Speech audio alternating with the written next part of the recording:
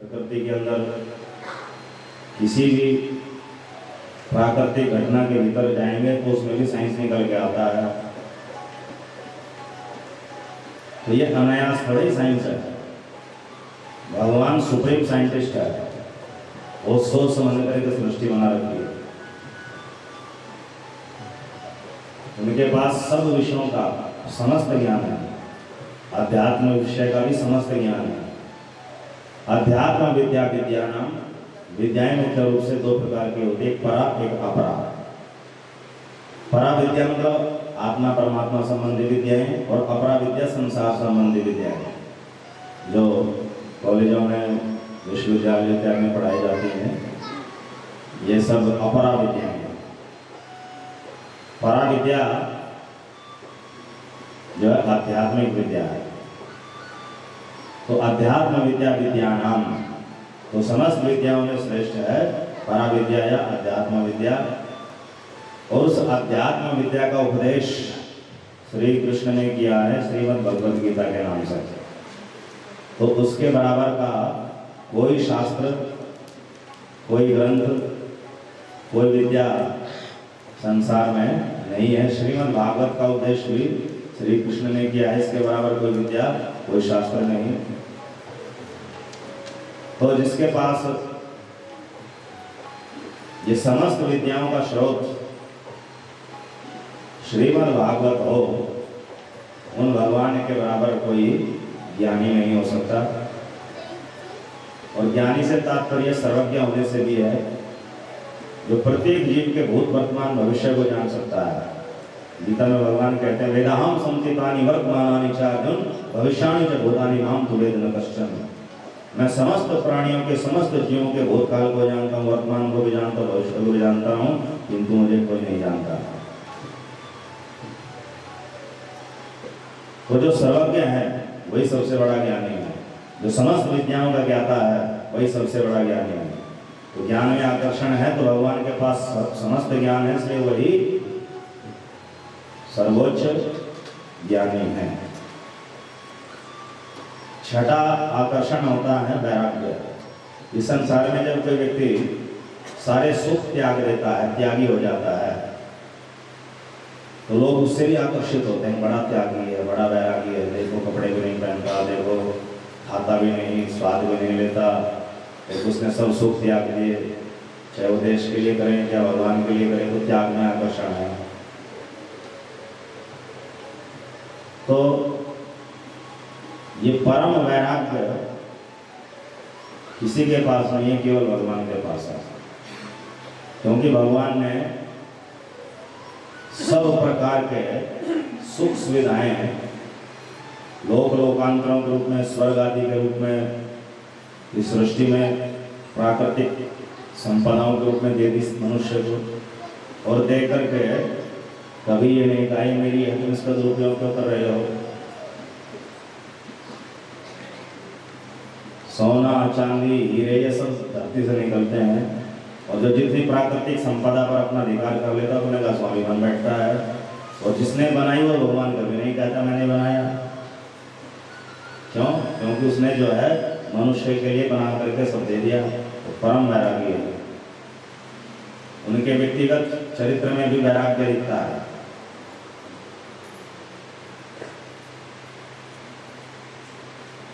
भगवान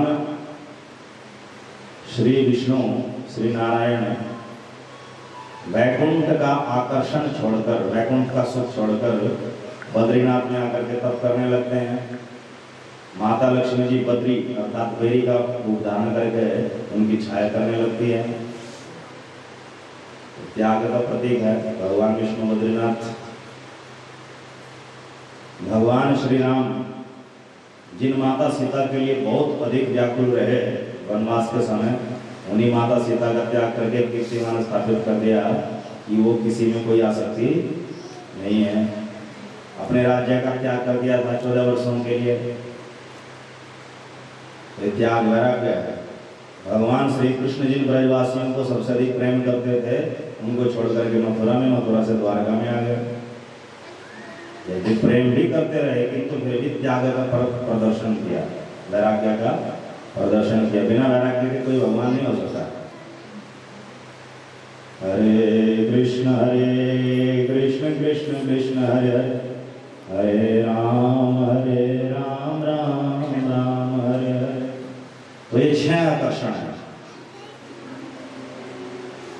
समस्त शक्तियां, समस्त बल या पराक्रम, समस्त यश या ख्याति, समस्त श्री धन व सौंदर्य, समस्त ज्ञान, समस्त वैराग्य, जब ये 6 आकर्षण एक साथ हो तो उसे कहते हैं भव। और जो इस भव को धारण करे उसे कहते हैं भगवान।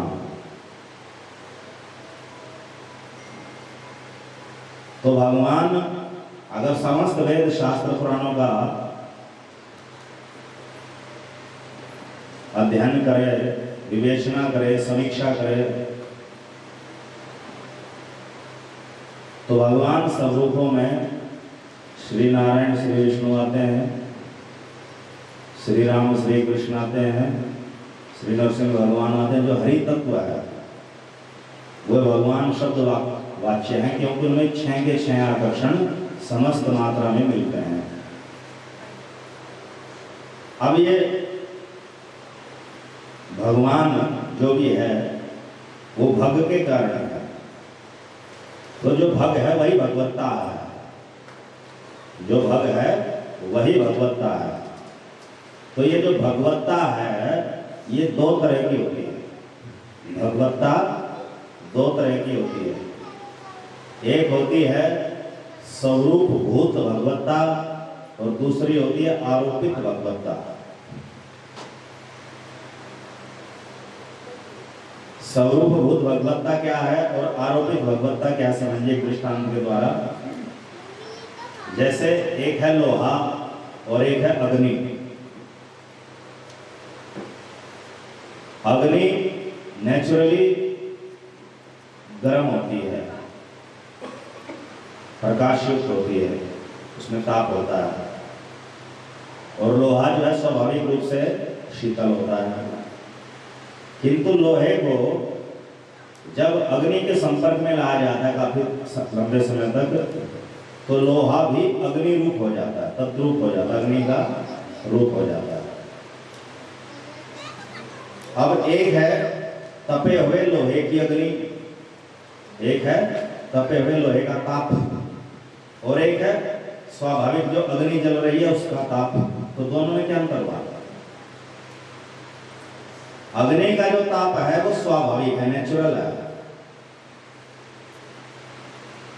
और गर्म लोहे का जो ताप है वो नेचुरल नहीं है, स्वाभाविक नहीं है, अस्वाभाविक है। वो जैसे अग्नि के संपर्क से दूर जाएगा तो उसका ताप भी धीरे धीरे शांत हो जाएगा, काले जैसा हो जाएगा। बस इस दृष्टांत को बुद्धि में बैठा लो, 2 तरह की भगवत्ता समझ आ जाएगी। श्री विष्णु की, श्री राम की, श्री कृष्ण की, श्री नरसिंह की, श्री वाराह की, श्री कूर्म की, जो हरि स्वरूप हैं, इनकी जो भगवत्ता है वो है स्वाभाविक भगवत्ता। स्वरूप भूत भगवत्ता अग्नि की तरह है, नेचुरल है। उन्होंने वो भगवत्ता पाने के लिए कोई यज्ञ तप दान आदि नहीं करा, किसी का ध्यान नहीं करा, उनके पास वो नेचुरल है। अब जो दूसरे बड़े बड़े देवी देव आदि हैं वो भी भगवान के नाम से जाने जाते हैं। केवल विष्णु ही भगवान है, हरि भगवान है, ऐसी बात तो नहीं। शिव जी को भी भगवान कहा गया, ब्रह्मा जी को भागवत में भगवान कहा गया, गणेश जी को भगवान कहा गया, हनुमान जी को भगवान कहा गया, नारद जी को भगवान कहा गया, वेद व्यास जी को भगवान कहा गया, इंद्र को भी भगवान कहा गया, वरुण को भी भगवान कहा गया। ऐसा तो नहीं कि केवल नारायण को भगवान कहा गया, उनको भी भगवान कहा गया। तो उनकी भगवत्ता में और नारायण की भगवत्ता में अंतर है। नारायण की भगवत्ता है स्वाभाविक, नेचुरल, और अन्य सब की जो भगवत्ता है वो है आरोपित। जैसे लोहे का ताप, तप्त लोहे, तपे हुए लोहे का ताप, अर्थात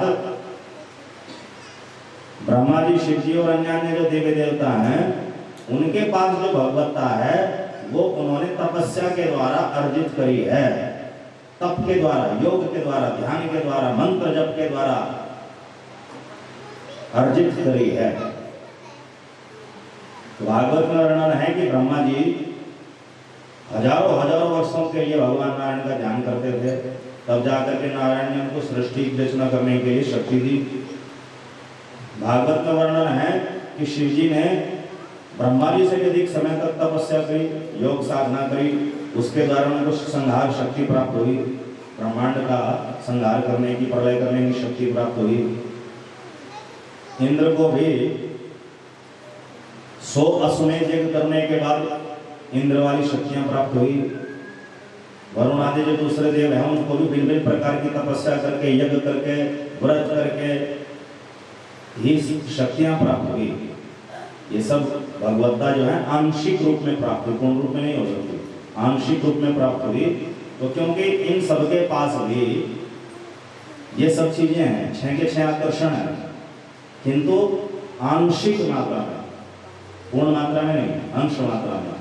तो इसलिए इनको भी भगवान कहा जाता है, इनकी भगवत्ता है आरोपित।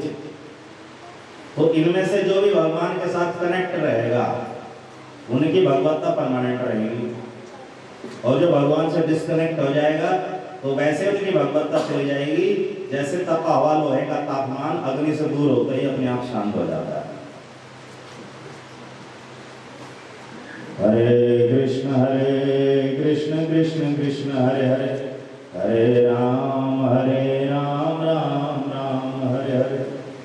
तो स्वाभाविक भगवत्ता किसकी है? नारायण की, विष्णु की, श्री राम की, श्री कृष्ण की। तो जिसके पास स्वाभाविक भगवत्ता है उसे भगवान कहा गया है पराशर ऋषि के द्वारा। जिसके पास भगवान से कुछ भगवत्ता मांग ली गई है तपस्या के बल पर, तो वो आरोपित हो गई, वो एक्वायर्ड हो गई, वो उनकी स्वाभाविक नहीं है।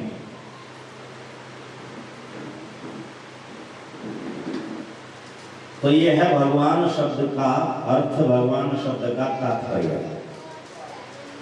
कई बार लोग जिनको भगवान शब्द का अर्थ नहीं पता, मीनिंग नहीं पता, तो कल्पना करने लगते हैं। भगवन,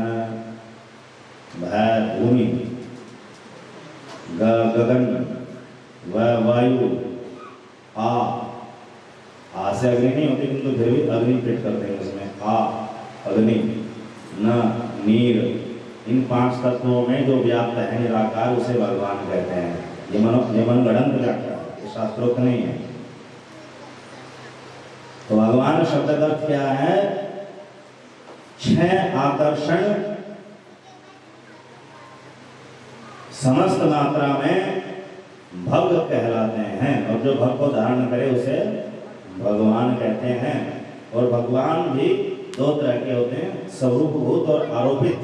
स्वरूपभूत भगवान ही वास्तव भगवान है, आरोपित भगवान तो आश्रित हो गए, भगवान से भगवत्ता उधार लिया उन्होंने उस समय के लिए।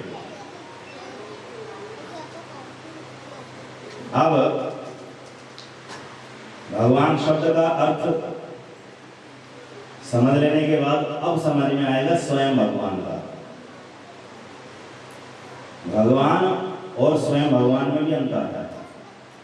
तो श्री उद्धव जी ने कहा श्री कृष्ण स्वयं भगवान है।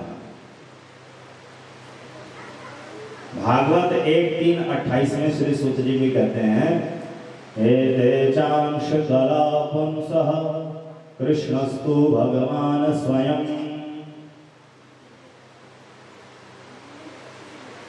श्री सूत जी ने बहुत सारे भगवान के अवतारों का वर्णन किया। आवेश अवतार, योगावतार आदि का वर्णन किया, मनवंतर अवतार, और कहा कि ये सब अवतार पुंसः अर्थात श्री विष्णु के हैं। मेरे द्वारा वर्णन किए गए सारे अवतार श्री विष्णु के हैं। कृष्णस्तु भगवान स्वयं, किंतु श्री कृष्ण विष्णु के अवतार नहीं है, वो स्वयं भगवान है।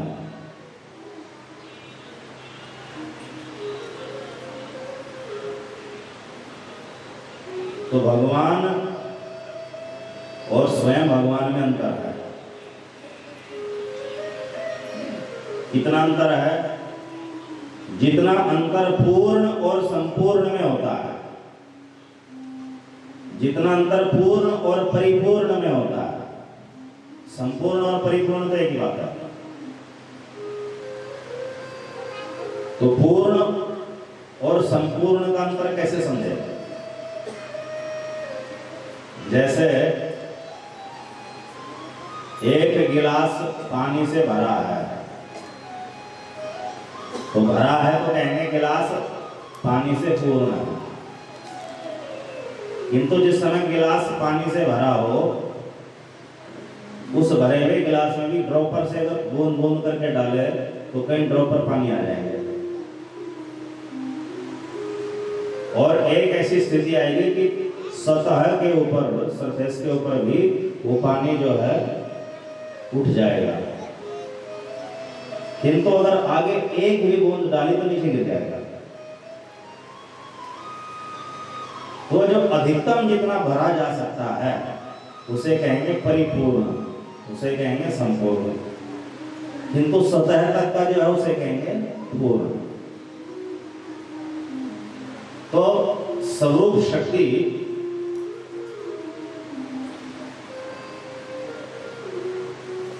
ये निर्धारित करती है कि पूर्ण कौन सा है, संपूर्ण कौन सा, भगवान कौन है, स्वयं भगवान कौन है। तो भगवान में स्वरूप शक्ति पूर्ण होती है और स्वयं भगवान में स्वरूप शक्ति परिपूर्ण या संपूर्ण होती है। स्वरूप शक्ति ही भगवान की परम शक्ति है, सच्चिदानंद शक्ति है, दिव्य शक्ति है। तो जिस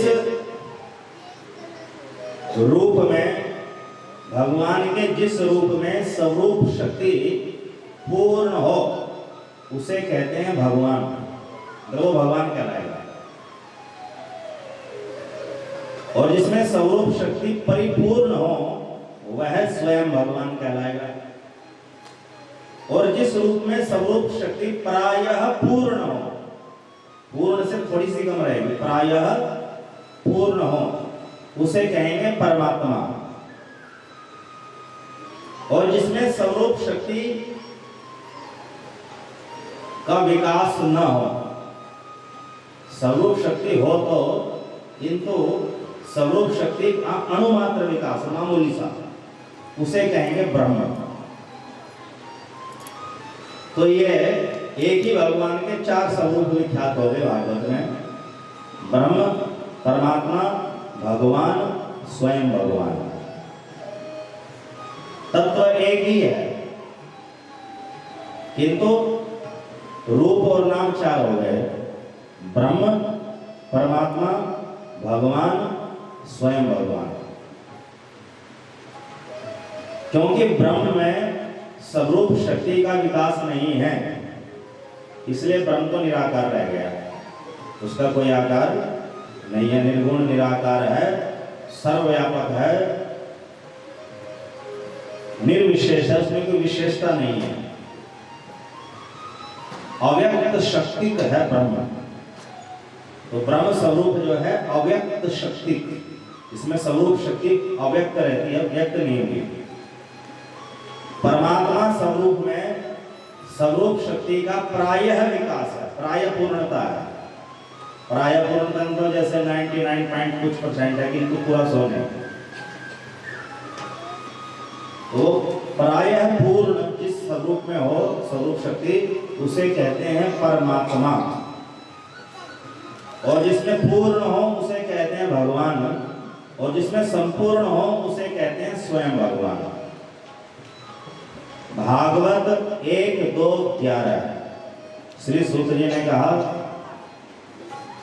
वदन्ति तत्त्वविदस्तत्त्वं यज्ञानम् अद्वयम् ब्रह्मेति परमात्मेति भगवानिति शब्दते। एक ही स्वयं भगवान के तीन स्वरूप हैं, ब्रह्म, परमात्मा और भगवान। एक ही स्वयं भगवान के तीन स्वरूप हैं, ब्रह्म, परमात्मा और भगवान। तो ब्रह्म निराकार है, परमात्मा चतुर्भुज है, विष्णु के नाम से विख्यात है और इस सारे भौतिक जगत का संचालक है। भगवान भी चतुर्भुज है, वो आध्यात्मिक जगत वैकुंठ जगत का संचालक है और नारायण कहलाता है। स्वयं भगवान ब्रह्म परमात्मा और भगवान तीनों स्वरूपों का स्रोत है, मूल है, और वो कृष्ण कहलाता है। कृष्णस्तु भगवान स्वयं। तो यह है भागवत का निर्णय। तो श्री कृष्ण स्वयं भगवान है, परमात्मा विष्णु के अवतार नहीं है। हरे कृष्ण कृष्ण कृष्ण हरे हरे, हरे राम राम राम हरे हरे। अब जो ब्रह्म है, क्योंकि उसमें शक्ति का विकास नहीं, इसलिए वो रहेगा निष्क्रिय। निराकार ब्रह्म कोई कार्य नहीं करता, वो अकर्ता है, अकर्ता, निष्क्रिय है। परमात्मा, उसमें स्वरूप शक्ति का प्राय विकास है। तो ये परमात्मा सृष्टि के लिए 3 रूप धारण करता है।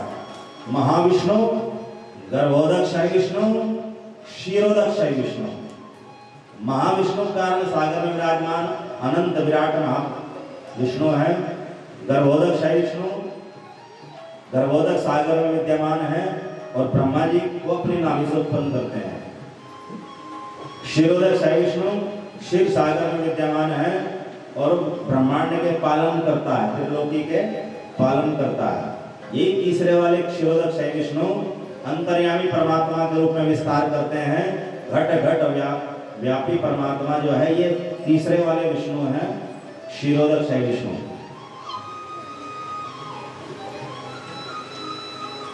तो सभी मनुष्यों के भीतर, सभी प्राणियों के भीतर आत्मा के साथ साथ अंतर्यामी परमात्मा भी रहता है और अंतर्यामी परमात्मा चतुर्भुज है, शंख गदा पद्म धारण किए हुए श्री विष्णु। तो ये अंतर्यामी परमात्मा सबके भीतर है, घट घटवासी अंतर्यामी। तो एक ही क्षीरोदक्षाय विष्णु उतने रूप प्रकट कर लेते हैं जितने की 84 लाख प्रकार के शरीर हैं, जीवित शरीर, उन सब के भीतर चले जाते हैं। अब सोचे कि एक ही क्षीरोदक्षाय विष्णु कैसे इतने रूप धारण करेगा। इसको एक दृष्टांत के द्वारा समझिए। जैसे मॉडर्न टेक्नोलॉजी, एक व्यक्ति भाषण दे रहा है तो जितने भी टीवी स्क्रीन होंगे उन सब पर वो अकेला व्यक्ति अलग अलग दिखाई देगा, भाषण देता हुआ। हर घर में अलग अलग व्यक्ति तो एक ही है, बोलने वाला व्यक्ति तो एक ही है, किंतु टेक्नोलॉजी के द्वारा वो एक ही व्यक्ति जितने भी टीवी स्क्रीन होंगे या यूट्यूब आदि के स्क्रीन होंगे उतने ही रूप धारण कर लेगा। व्यक्ति 1000 मोबाइल खोलेंगे तो सब अलग अलग बोलता दिखाई देगा। ये मॉडर्न टेक्नोलॉजी है। तो श्री विष्णु के पास है स्पिरिचुअल टेक्नोलॉजी। तो जितने भी देहधारी प्राणी हैं 84 लाख प्रकार के, उन सबकी आत्माओं के साथ साथ सबके भीतर बैठ जाते हैं जाकर। और करते क्या है? कर्म साक्षी। कौन अच्छा कर्म कर रहा है, कौन बुरा कर्म कर रहा है, कितने अच्छे कर लिए, कितने बुरे कर लिए, उन सबको नोट करते रहते हैं।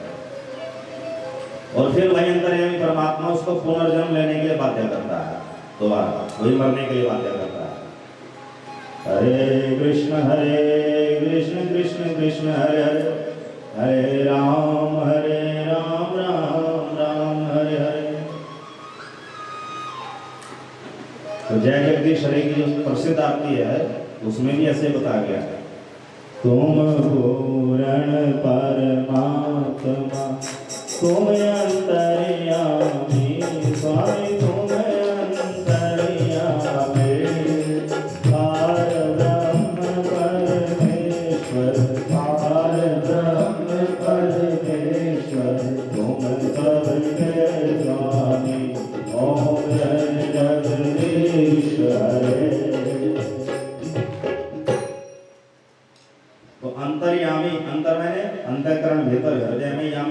वास करने वाला। तो अंतर्यामी केवल विष्णु है, वही परमात्मा है। तो पर एक ही परमात्मा तीन रूप धारण करता है, महाविष्णु, गर्भोदक विष्णु, क्षीरोदक विष्णु। तो महाविष्णु क्या करते हैं, अनंत कोटि ब्रह्मांडों को उत्पन्न करते हैं। गर्भोदक विष्णु क्या करते हैं, हर एक ब्रह्मांड में अलग अलग जाकर के गर्भोदक सागर में विराजमान हो जाते हैं और अपनी नाभि से ब्रह्मा जी को उत्पन्न करते हैं। और ब्रह्मा जी फिर जो 14 लोक और 84 लाख योनियां बनाते हैं। फिर क्षीरोदक विष्णु क्या करते हैं, क्षीर सागर में जाकर के विराजमान हो जाते हैं और जो ब्रह्मा जी के द्वारा बनाई गई 84 लाख प्रकार की प्रजा है, उस प्रजा का पालन पोषण करने के लिए वो देवताओं, ऋषियों, सप्तऋषियों और मनुओं, इन तीनों की सहायता करते हुए ब्रह्मांड का पालन करते हैं, पालन करता। तो ये तीनों ही विष्णु स्वरूप परमात्मा कहलाते हैं। परमात्मा इसलिए कहा गया क्योंकि उनमें स्वरूप शक्ति का प्रायः, स्वरूप शक्ति की प्रायः पूर्णता है। और परमात्मा संचालन करते हैं सारे जड़ जगत का, भौतिक जगत का। जिसकी उत्पत्ति हो और जिसका अंत हो उसे कहते हैं भौतिक जगत। तो सारे भौतिक जगत में अनंत कोटि ब्रह्मांड है। इन अनंत कोटि ब्रह्मांडों का करता धरता है परमात्मा, महाविष्णु, गर्भोदक विष्णु, क्षीरोदक विष्णु। अब इनमें स्वरूप शक्ति प्रायः पूर्ण है, पूर्ण नहीं है, प्रायः पूर्ण। तो प्रायः पूर्ण है इसलिए परमात्मा के पास अपना स्थायी लोक नहीं होता। परमात्मा के पास अपने स्थायी सेवक नहीं होते, वो अकेले होते। महाविष्णु, गर्भोदक विष्णु, क्षीरोदक विष्णु जहां भी रहते हैं वो इसी ब्रह्मांड में, नश्वर ब्रह्मांड में ही रहते हैं और महाप्रलय में सब नष्ट हो जाते हैं। इसलिए परमात्मा का कोई चिर स्थायी लोक नहीं है, उनके चिर स्थायी सर्विटर नहीं है, सेवक नहीं है, पार्षद परिकर नहीं है, वो अकेले रहते हैं। तो जब तक सृष्टि है, सृष्टि चलती है, उसके बाद योग निद्रा में जाकर के आराम से आनंद लेते हैं, स्वरूप आनंद। इसलिए विष्णु जो है योग निद्रा में चले जाते हैं। हरे कृष्ण कृष्ण कृष्ण हरे हरे, हरे राम राम राम हरे हरे।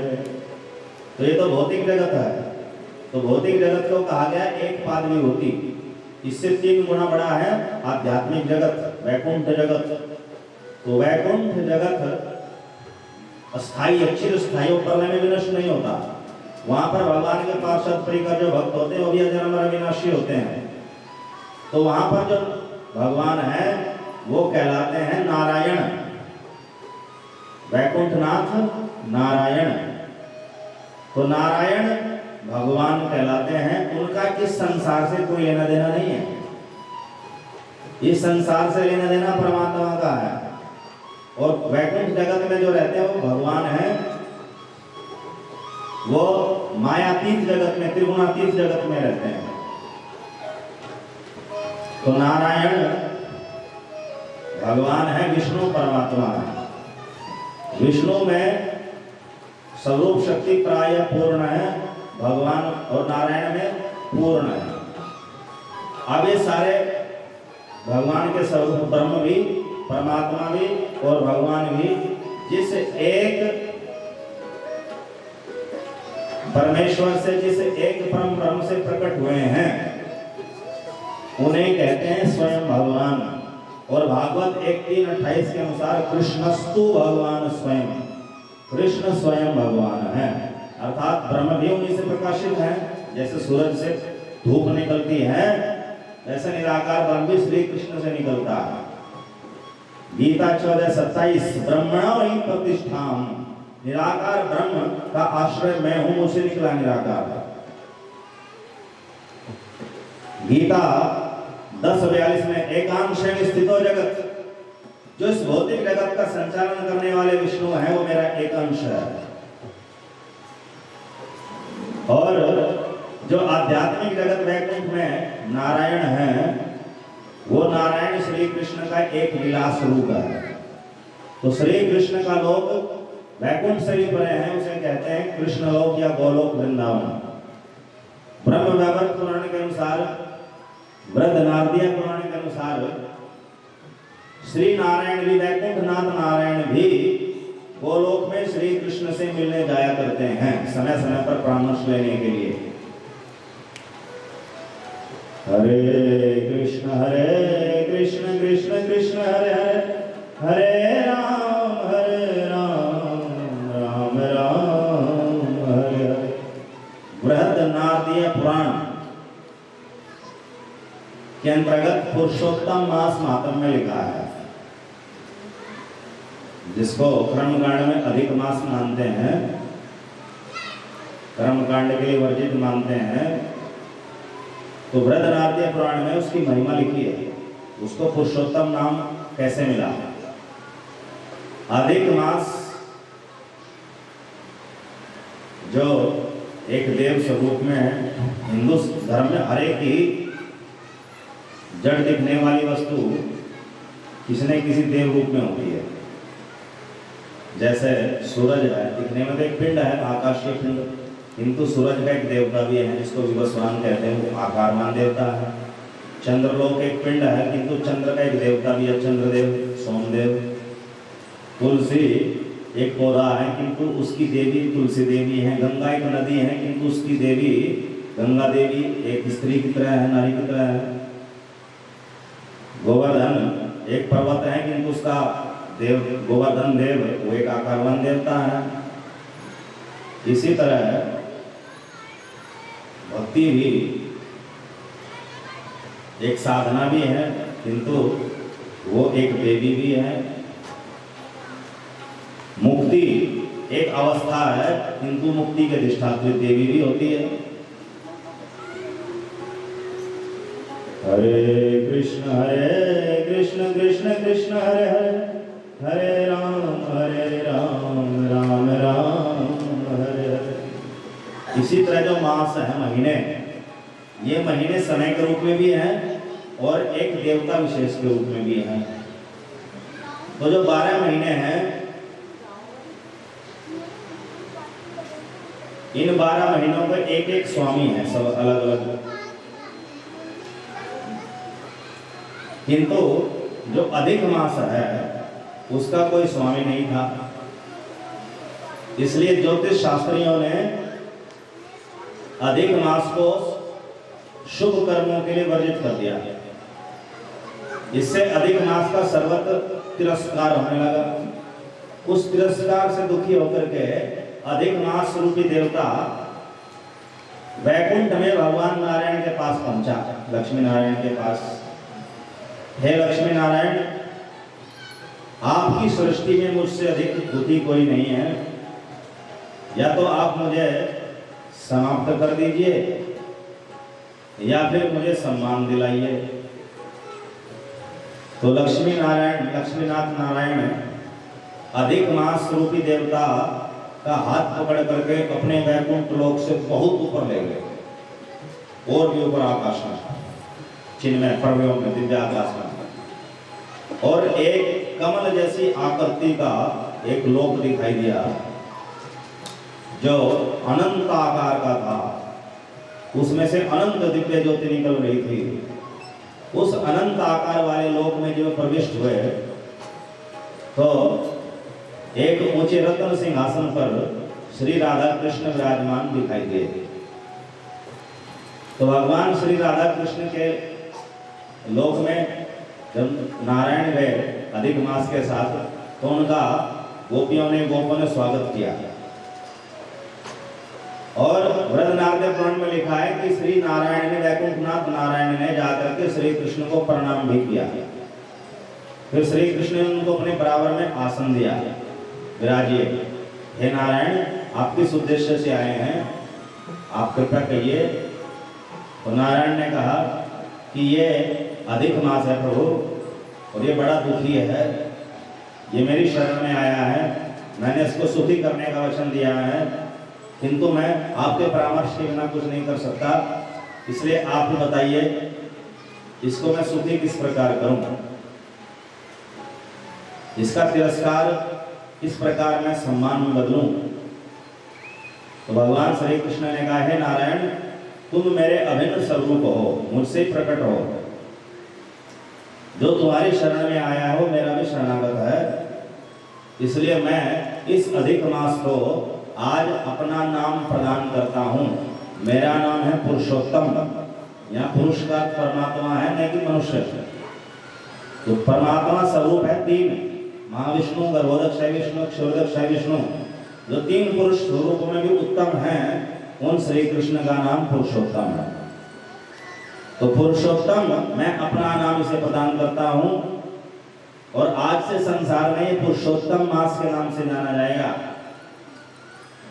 जो भी मनुष्य पुरुषोत्तम मास का स्वागत करेगा, पुरुषोत्तम मास में मेरी पूजा करेगा, उसको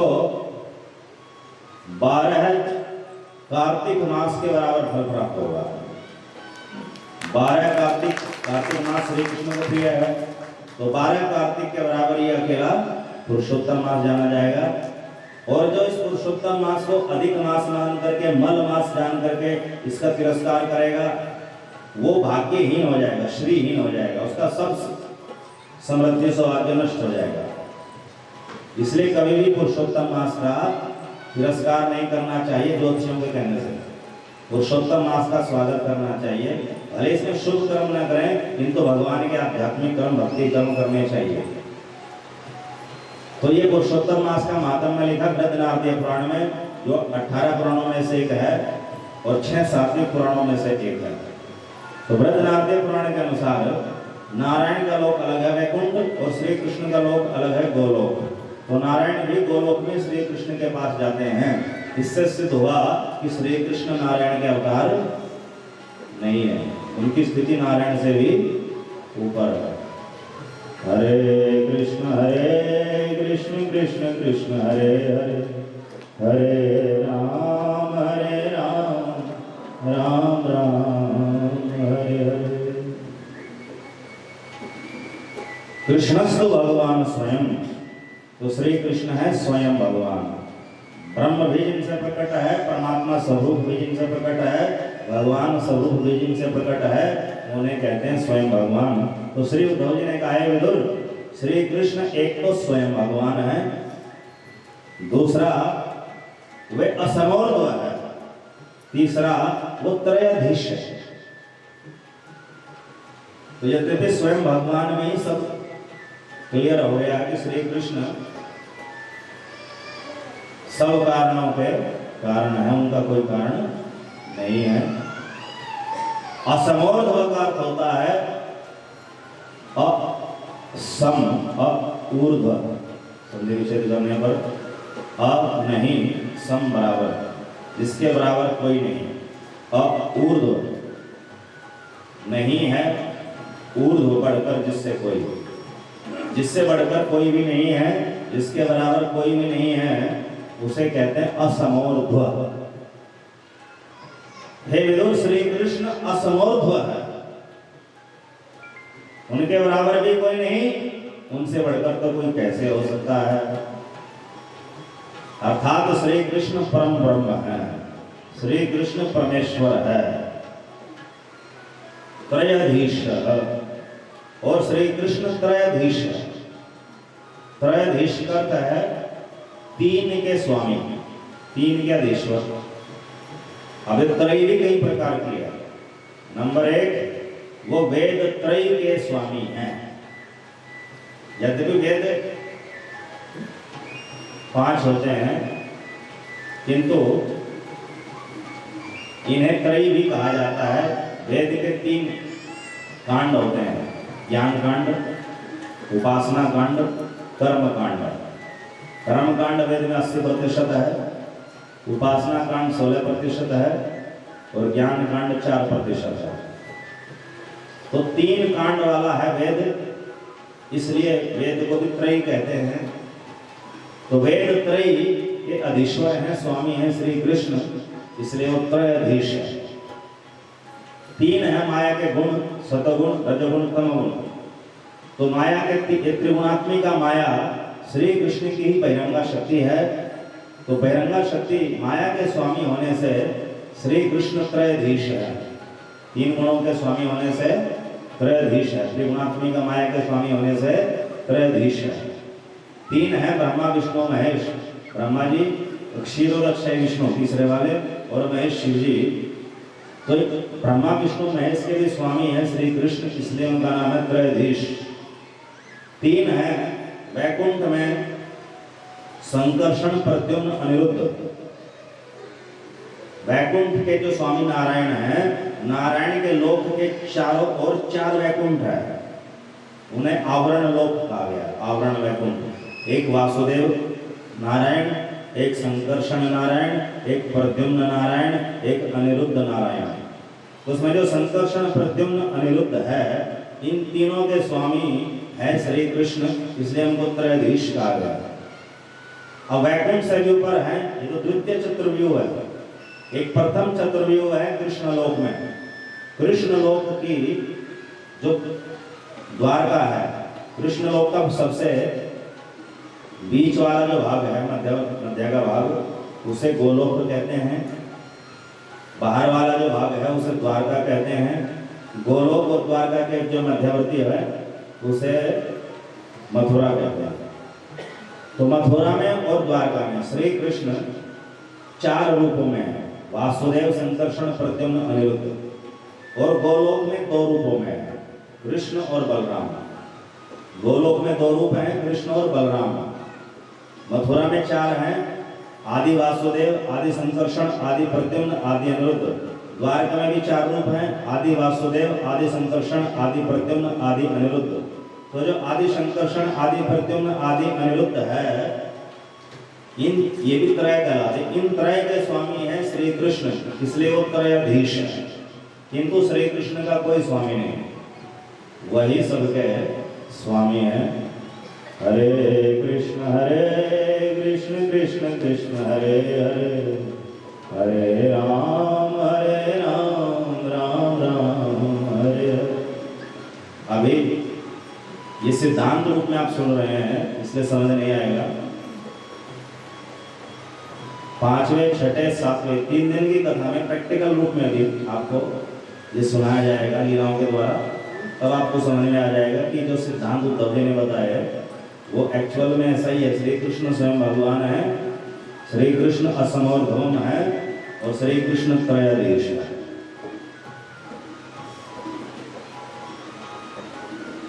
स्वयं तो साम्यातिशयस्त्रधीश, स्वराज्य लक्ष्म्याप्त समस्त काम। श्री उद्धव जी कहते श्री कृष्ण आप्त काम है। आप्त काम करता है कि उनको अपनी कामनाएं पूर्ण करने की आवश्यकता नहीं पड़ती, उनकी कामनाएं सदा से पूर्ण है। वो निष्काम, हमने कोई सांसारिक कामना है ही नहीं, वो पूर्ण काम है, उनकी सब कामनाएं सदा से पूर्ण है। निष्काम, आप्त काम, पूर्ण काम, निष्काम। बलिम हरदविश्चिर लोकपालहि, कीट कोटेड़ पाद पीठ।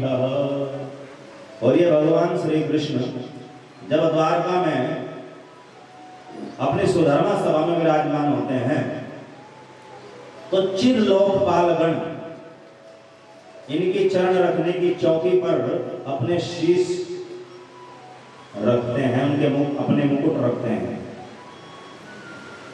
अब एक है लोकपाल, एक चिर लोकपाल। लोकपाल तो देवता होते हैं जो प्रलय में मृत्यु को प्राप्त हो जाते हैं। और क्षीरोदक्षय विष्णु, गर्भोदक्षय विष्णु, महाविष्णु, ये महाप्रलय में जो नष्ट नहीं होते, तो अमर है, तो ये कहलाते चिर लोकपाल।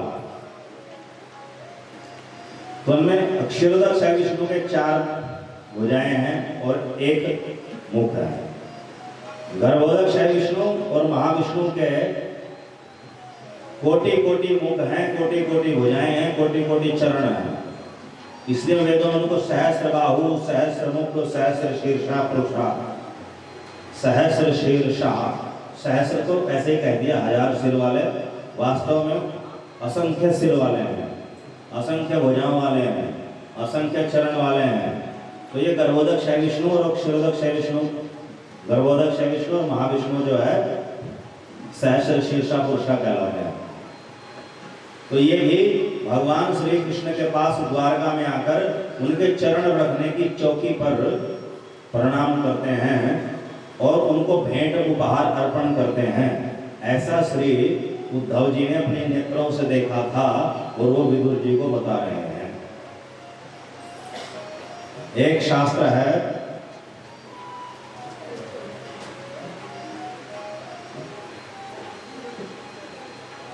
बृहद भागवतामृत, और एक है श्री लघु भागवतामृत। इनमें श्री रूप गोस्वामी पाद जी, श्री सनातन गोस्वामी पाद जी लिखते हैं कि एक बार द्वारका में चतुर्मुख ब्रह्मा, 4 मुख वाले ब्रह्मा जी भगवान श्री कृष्ण से, द्वारकाधीश श्री कृष्ण से भेंट करने के लिए गए। तो अभी वो द्वार पर पहुंचे ही थे, तो द्वारपाल ब्रह्मा जी को देख करके बड़े प्रसन्न हो गए, उत्साहित हो गए। अरे द्वारकाधीश से मिलने के लिए ब्रह्मा जी आए हैं। और वे दौड़े दौड़े श्री कृष्ण के पास पहुंचे। श्री कृष्ण कुछ आवश्यक विमर्श कर रहे थे। द्वारपालो, इतने उतावले क्यों हो रहे हो, क्या बात? प्रभु प्रभु, आपके दरबार, आपके द्वार पर श्री ब्रह्मा जी पधारे हैं। तो भगवान श्री कृष्ण मुस्कुराए कि मेरे द्वारपाल ब्रह्मा जी को पता नहीं कितना बड़ा समझते हैं कि ये अचंभित हो रहे हैं, आश्चर्य से युक्त हो रहे हैं। अच्छा, आप जाकर के उनसे पहले पूछ के आओ कि वे कौन से ब्रह्मा हैं। द्वारपाल को तो भगवान का कहा मानना था। अब जाकर के कहे, हे श्री ब्रह्मा जी, आपको प्रणाम है। हमारे स्वामी द्वारकाधीश ने पूछवाया है कि आप कौन से ब्रह्मा हैं। अब ब्रह्मा जी ने भी पहली बार ये प्रश्न सुना होगा, क्या मेरे अतिरिक्त भी कोई ब्रह्मा है? मन में आया, ये तो जाकर के प्रभु से पूछेगा, किंतु अभी तो आज्ञा का पालन करना है। आप द्वारकाधीश से कहिए जाकर कि सनक सनातन देवर्षि नारद के पिता चतुर्मुख 4 मुख वाले ब्रह्मा मिलना चाहते हैं। द्वारपालों ने जाकर के श्री कृष्ण को ऐसे कह दिया। श्री कृष्ण ने कहा उनको आप आदर सहित लेकर के आइए। द्वारपाल सोच रहे थे कि श्री कृष्ण चल करके लाएंगे उनको, जैसे सुदामा जी का नाम सुना था और दौड़ करके चले गए थे नंगे पांव स्वागत करने के लिए, ऐसे ब्रह्मा जी के लिए भी जाएंगे। तो द्वारकाधीश श्री कृष्ण गए नहीं ब्रह्मा जी के लिए, उनको आदर से ले आइए। अब ब्रह्मा जी भगवान श्री कृष्ण के सम्मुख हाथ जोड़ करके खड़े हुए, प्रभु आया तो मैं किसी जरूरी विमर्श के लिए था, किंतु मन में एक उत्सुकता है, क्या मेरे अतिरिक्त भी कोई और ब्रह्मा है? श्री कृष्ण ने कहा, भूल गए वो घटना जब मेरे ग्वाल बाल और बछड़े चुराए थे, तब मैंने 10,000, तब मैंने 10 लाख 1,000 विष्णु रूपों में दर्शन दिया था आपको। ये लीला सुनाएंगे 5वें दिन की कथा। 10 लाख 1,000 विष्णु रूपों में मैंने आपको दर्शन दिया था। तो जब विष्णु के रूप इतने अधिक हो सकते हैं तो ब्रह्मा के क्यों नहीं हो सकते? चलो अभी बुला देते हैं, आपको परिचय करा देते हैं। तो भगवान श्री कृष्ण ने सभी ब्रह्मांडों के ब्रह्माओं का स्मरण किया और ब्रह्मा जो है लाइन लगा करके पंक्तिबद्ध होकर के आ रहे हैं और श्री कृष्ण को प्रणाम कर रहे हैं, जा रहे हैं। तो उनमें से किसी ब्रह्मा के 8 मुख थे, किसी के 16 मुख थे, किसी के 32 मुख थे, किसी के 100 मुख थे, किसी के 1000 मुख थे, किसी के लक्ष मुख थे, किसी के कोटि मुख थे। एक से विराट से विराट ब्रह्मा थे और उन सब ब्रह्माओं के आगे चतुर्मुख ब्रह्मा बहुत छोटे से अपने आप को अनुभव करने लगे और उनका अभिमान जाता रहा कि मेरे अतिरिक्त भी कोई और ब्रह्मा हो सकता है। हरे कृष्ण कृष्ण कृष्ण हरे हरे, हरे राम राम राम हरे। तो जैसे ब्रह्मा जी भगवान श्री कृष्ण को प्रणाम करने आते हैं, वैसे ही कभी कभी महाविष्णु, गर्भोदक विष्णु, क्षीरोदक विष्णु भी आ जाते हैं। तो जो भगवान की पाद पीठ है, चरण रखने की चौकी है, तो वहां जाके प्रणाम करते हैं। ऐसा उद्धव जी बता रहे हैं भागवत 3:2-21 श्लोक में। हरे कृष्ण कृष्ण कृष्ण हरे हरे, हरे राम राम राम हरे हरे, हरे कृष्ण कृष्ण कृष्ण हरे हरे, हरे राम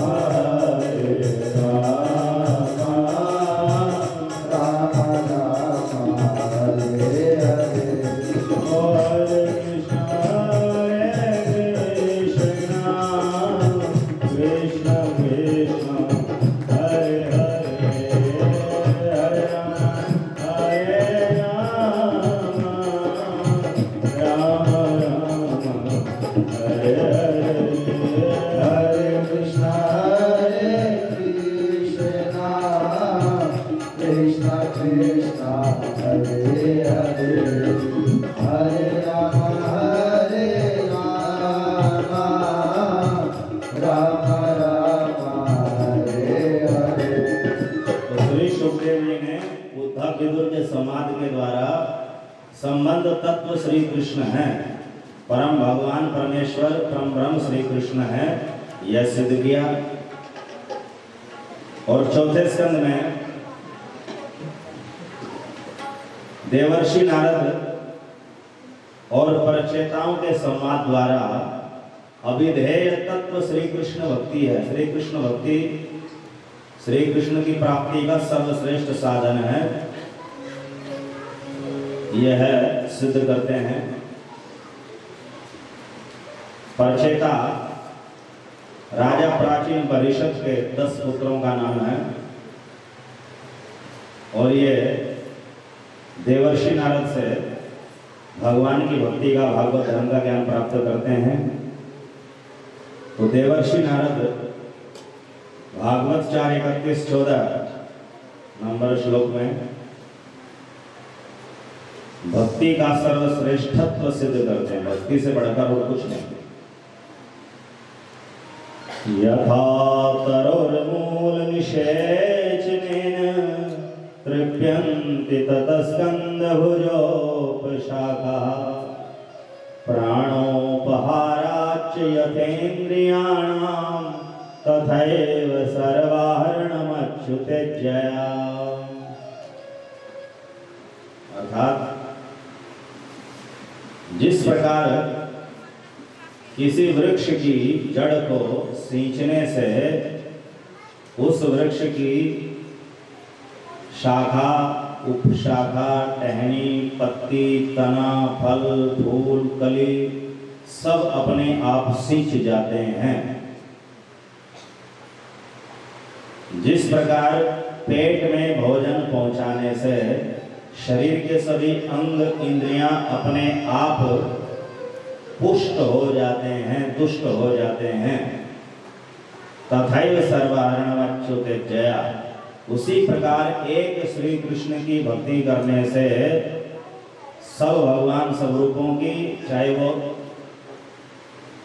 स्वरूपभूत भगवान है या आरोपित भगवान है, कोई देवता है या कोई पितर है, सबकी पूजा अपने आप हो जाती है, किसी की अलग से करने की आवश्यकता नहीं रह जाती।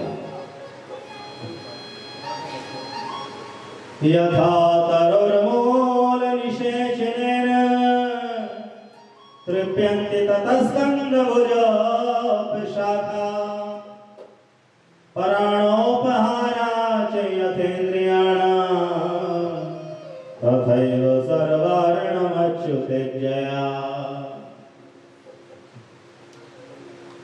किसी वृक्ष की जड़ में पानी डालना ही उसके वृक्ष के सभी भागों में पानी डालना है। अगर जड़ को छोड़कर के वृक्ष के शेष हिस्सों पर पानी डालेंगे तो वृक्ष हरा भरा नहीं रह पाएगा, जड़ में डालना पड़ेगा। इसी प्रकार हिंदू धर्म में 33 करोड़ देवताओं की मान्यता है। सबको एक साथ संतुष्ट करना है तो उन सबके मूल श्री कृष्ण को संतुष्ट करना पड़ेगा। अहम आदिर ही देवानाम, 10वें अध्याय में श्री कृष्ण ने कहा गीता में, मैं समस्त देवताओं का आदि मूल हूं, समस्त पितरों का मूल हूं। अब कोई कोई कहता है कि देवता 33 करोड़ नहीं होते, बस 33 कोटि होते हैं, 33 प्रकार के होते हैं। हाँ, ये बात है कि कोटि का अर्थ करोड़ भी होता है और कोटि का अर्थ प्रकार भी होता है, टाइप्स भी होता है। किंतु देवता 33 कोटि नहीं है, 33 प्रकार के नहीं है। तो जो कहते हैं कि देवता 33 प्रकार के हैं, करोड़ नहीं है, वो 33 प्रकार पूरे नहीं कर पाते, वो केवल 4 प्रकार पूरे कर पाते हैं। अष्टवसु, 8 वसु, 12 आदित्य, 12 आदित्य, 11 रुद्र, 11 रुद्र, 2 अश्वनी कुमार। ये जो है 4 प्रकार हुए, रुद्र, आदित्य, वसु, अश्वनी कुमार। प्रकार तो 4 ही हुए। अब इनके आगे प्रभेद हो गए, 11, 12, 8, 2, तो 4 प्रकार हुए। ये 4 प्रकार के देवता 33 हुए। 33 कोटि तो नहीं हुए ना, 33 प्रकार तो नहीं, तो 4 प्रकार हुए। शेष 29 प्रकार के और कौन से हैं? कोई जवाब नहीं। इसलिए जो मान्यता 33 कोटि का 33 प्रकार है, गलत है। हरे कृष्ण कृष्ण कृष्ण हरे हरे, हरे राम राम राम हरे। यहाँ कोटि का करोड़ ही है और ये 33 करोड़ पद हैं, देवताओं के पद हैं, फिक्स, हर सृष्टि में, हर ब्रह्मांड में। देवताओं की जो संख्या है वो तो अरबों में है। जैसे मनुष्य एक योनि है, तो मनुष्यों की संख्या निर्धारित थोड़ी है, ये फिक्स थोड़ी है। लगभग 800 करोड़ मनुष्य है धरती पर, तो देवताओं के तो बहुत सारे लोग हैं, 5 प्रमुख लोग हैं, स्वर्ग पंचक बताया है। तो जब एक अकेले पृथ्वीलोक पर मनुष्यों की संख्या 800 करोड़ है, तो 5 प्रकार के स्वर्गों में देवता क्या हो, 33 करोड़ ही होंगे। वो अरबों में है, अरबुदा देवता जो है अरबों खरबों में है। किंतु देवताओं के जो पद हैं वो 33 करोड़ फिक्स है। जैसे संसद भवन में सांसदों की संख्या, सीटें जो है फिक्स है, तो व्यक्ति बदल जाते हैं इलेक्शन में, किंतु वो जो सांसद की पोस्ट है वो सेम रहती है। तो ऐसे 33 करोड़ देवताओं के पद हैं। देवताओं तो अरबों खरबों में, उनकी संख्या भी घटती बढ़ती रहती होगी, देवासुर संग्राम में मरते हैं। हरे कृष्ण कृष्ण कृष्ण हरे हरे, हरे राम राम राम हरे हरे। अब कोई कहे कि भाई 33 करोड़ या अरब कैसे कोई पूरे करेगा, कहाँ लिखे इनके नाम? 33 करोड़ नाम लिखने के लिए तो 3-4 करोड़ श्लोक लिखने पड़ते वेद व्यास जी को, और 3-4 करोड़ श्लोक के लिए हजारों बड़े बड़े ग्रंथ लिखने पड़ते देवताओं के नाम पर ही। इसलिए वेद व्यास जी ने किसी देवता का नाम न लिख करके 33 करोड़ लिख दिया उससे का। अब कोई कहने नहीं पूरा कैसे होंगे, तो पूरा हम करवा देते हैं तर्क के आधार पर। हर एक चीज तथ्य के आधार पर नहीं हो सकती, तर्क के आधार पर भी होती है। बोलो हरे कृष्ण। भागवत के 5वें स्कंद में ग्रह को भी देवता कहा गया, नक्षत्र को भी देवता कहा गया, तारा को भी देवता कहा गया। अब जैसे सूर्य है तो देवता है कि नहीं, चंद्रमा है, नक्षत्राणाम अहम शशि, गीता ने कहा नक्षत्राणाम अहम शशि। नक्षत्रों में चंद्रमा मेरी विभूति है, वो एक देवता है। तो नक्षत्र, चंद्रमा एक नक्षत्र है किंतु उसका भी देवता है चंद्रदेव। सूर्य एक ग्रह है नवग्रहों में, तो भी एक देवता है युवस्मान। इसी तरह तारा भी देवता होते हैं। अब तारों की संख्या अरबों में है, करोड़ों में है। अब ये तारे जो है बहुत बड़े बड़े आकार में, धरती से बड़े बड़े हैं। ब्रह्मांड पुराण के अनुसार भी और मॉडर्न साइंस के अनुसार भी तारों के आकार पृथ्वी से भी बड़े बड़े हैं। तो ये भी देवता हैं। अगर किसी को लगता है कि ये करोड़ नहीं है तो गिन करके देख लो, पता लगा लो कितने। एक गैलेक्सी में करोड़ों करोड़ों तारे हैं, तो ये भी देवता हैं, इनको क्यों छोड़ते हो? हरे कृष्ण कृष्ण कृष्ण हरे हरे, हरे राम राम राम हरे हरे। तो जितने तो देवता जो हैं 33 करोड़ ही हैं। तो अगर कोई 9 लाख देवताओं की पूजा रोज करेगा तो 360 दिन में जाकर के पूरे होंगे। अब उन देवताओं के नाम भी नहीं पता, कैसे करेंगे? यज्ञों में भी सामूहिक आहुति दी जाती हैं। आदित्यों के लिए आहुति, रुद्र के लिए आहुति, साध्य देव के लिए आहुति, विश्वदेव के लिए आहुति। तो समस्त देवताओं को, समस्त पितरों को, समस्त अवतारों को, समस्त भगवत स्वरूपों को एक साथ प्रसन्न करने का एक ही उपाय है, स्वयं भगवान श्री कृष्ण की पूजा। जैसे जड़ सींचने से उस वृक्ष की, जैसे इमली का पेड़ होता है, इमली के पेड़ पर लाखों पत्ते लगते हैं, छोटे मोटे छोटे छोटे होते हैं, तो लाखों पत्तों में जल पहुंच जाता है इमली के पेड़ में, अगर इमली के पेड़ की जड़ सींच दी जाए। ऐसे श्री कृष्ण की पूजा करने से, भक्ति करने से सबकी पूजा हो जाती है। तो अलग अलग करने की आवश्यकता नहीं रहती। फिर भी कोई अपने मनपसंद देवताओं की पूजा करना चाहे तो वो भी कर सकता है, कोई मनाही थोड़ी है। किंतु कृष्ण को संतुष्ट करने से सब संतुष्ट हो जाते हैं, सब देवता सब करते हैं। तो ये सिद्ध करता है कि कृष्ण ही स्वयं भगवान है, परम ब्रह्म है, परमेश्वर है, और उनकी पूजा से सबकी पूजा हो जाती है। तो हिंदू धर्म में भी एकेश्वरवाद है, एक परमेश्वरवाद है। गीता भागवत एकेश्वरवाद का समर्थन करती है, और दूसरे वेद पुराण जो है वो बहुदेवतावाद का भी समर्थन करते हैं। जैसे दूसरे जो धर्म हैं, चाहे क्रिश्चियनिटी है, इस्लाम है, अथवा सिखिज्म है, तो उनमें कहा जाता है एक परमेश्वर है, एक ही गॉड है, एक ही खुदा है, एक ही मालिक है, बस एक को भजो सब भजे गए। तो हिंदू धर्म में बहुदेवतावाद है, भिन्न भिन्न प्रकार के देवता हैं, भिन्न भिन्न प्रकार के ईश्वर के स्वरूप है। तो कई बार कंफ्यूज हो जाते हैं लोग कि भाई किसकी पूजा करें किसकी न करें।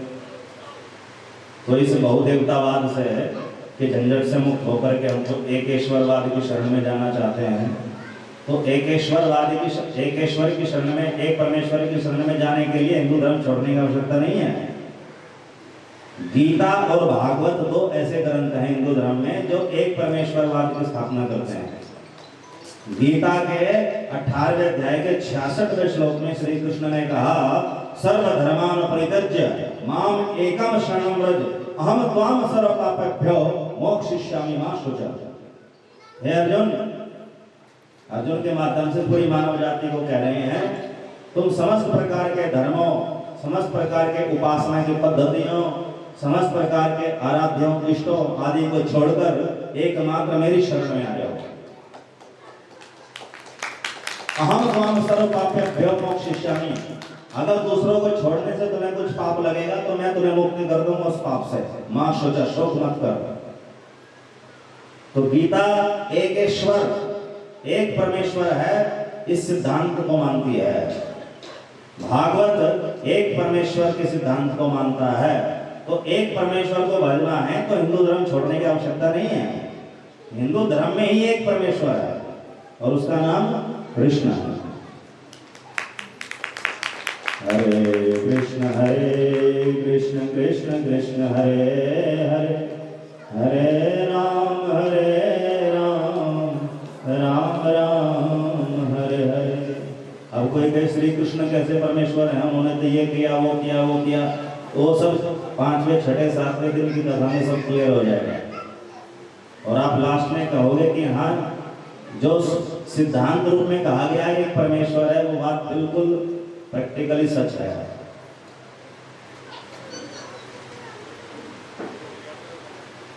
तो जैसे पेट में भोजन पहुंचाने से शरीर के सब अंगों में, इंद्रियों में स्वतः ही भोजन पहुंच जाता है, भोजन की ऊर्जा चली जाती है, उसी प्रकार एक श्री कृष्ण की भक्ति करने से सबकी भक्ति हो जाती है। जा पर कृपा हरि की होई, जा पर कृपा हरि की होई, ता पर कृपा कर सब कोई, ता पर कृपा कर सब कोई, जा पर कृपा राम की होई, जा पर कृपा राम की होई, ता पर कृपा कर सब कोई, ता पर कृपा कर सब कोई। तो एक जो हरि का भक्त हो जाता है उस पर सब कृपा करते हैं अपने आप, कोई उसके विरोध में नहीं जाता, कोई उससे अप्रसन्न नहीं होता। ये चौथे स्कंद का सार था। 5वें स्कंद में जो सार वचन है वो श्री प्रहलाद जी के हैं। श्री प्रहलाद जी ने भगवान नरसिंह देव की स्तुति करी है भागवत 5:18-12वें श्लोक में। यस्यास्ति भक्तिर्भगवत्य किंचना सर्वैर्गुणस्तत्र समासते सुराः, हरावभक्तस्य कुतो महद्गुणः, मनोरथेनास्ति भावतो बहि। यस्यास्ति भक्तिर्भगवत्य किंचना, जिसके पास श्री हरि की, श्री कृष्ण की अहेतु की भक्ति है, निष्काम भक्ति है, जो बदले में कोई सांसारिक चीज नहीं चाहता, जिस भक्त के पास भगवान की अहेतु की निष्काम भक्ति है, सर्वैर्गुणस्तत्र समासते सुराः, उसके पास भगवान के पार्षदों के समस्त दिव्य गुण अपने आप आ जाते हैं। जैसे भगवान में दिव्य गुण है, भगवान में तो अनंत दिव्य गुण है। निर्गुण तो निराकार है, सच्चिदानंद साकार श्री कृष्ण में तो असंख्य दिव्य गुण है। तो जैसे श्री कृष्ण में असंख्य दिव्य गुण है, तो उनके परम धाम में रहने वाले जो उनके परिकर हैं, उनके पार्षद हैं, भक्त हैं, उनमें भी बहुत सारे दिव्य गुण होते हैं। तो जब कोई संसार में श्री कृष्ण की अहेतुक निष्काम भक्ति करता है, तो उसके पास श्री कृष्ण के परिकरों वाले सारे दिव्य गुण आ जाते हैं। और जिसके पास दिव्य गुण आ जाएंगे,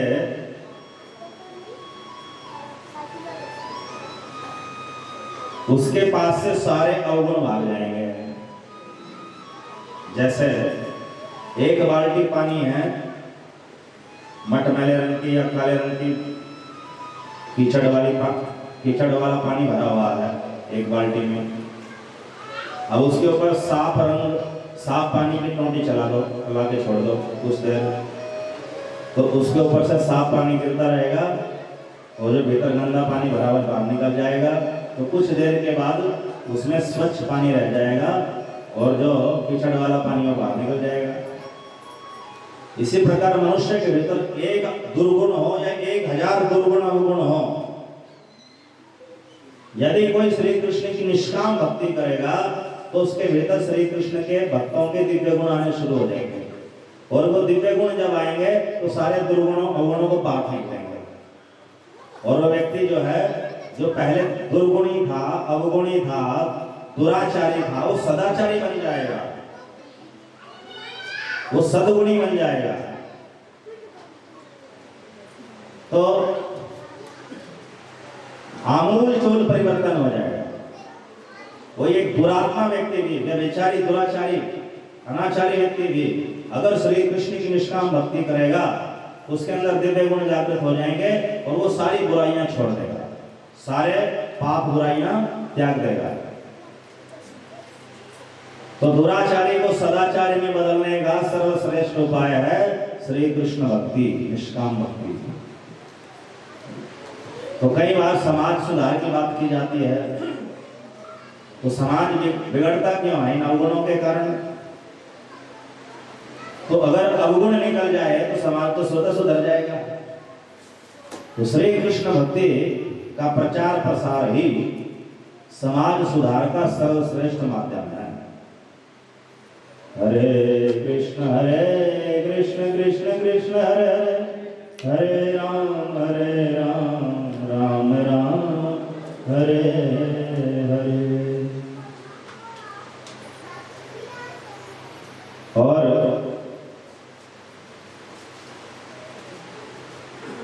छठे स्कंद का सार वाक्य है,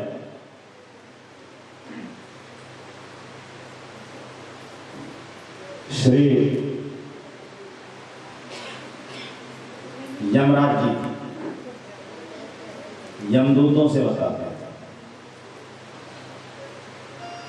यमराज जी जो मृत्यु के देवता हैं, तो अपने यमदूतों को उपदेश कर रहे हैं। क्यों कर रहे हैं? क्योंकि यमदूत जो है नारायण के दूतों से पराजित होकर के आए थे, शास्त्रार्थ में भी और युद्ध में भी। क्यों? क्योंकि अजामिल नाम का एक बड़ा ही दुराचारी व्यक्ति था, जिसने जीवन भर बहुत पाप दुराचार किए थे। सौभाग्यवश उसके 10वें पुत्र का नाम नारायण रख दिया गया था।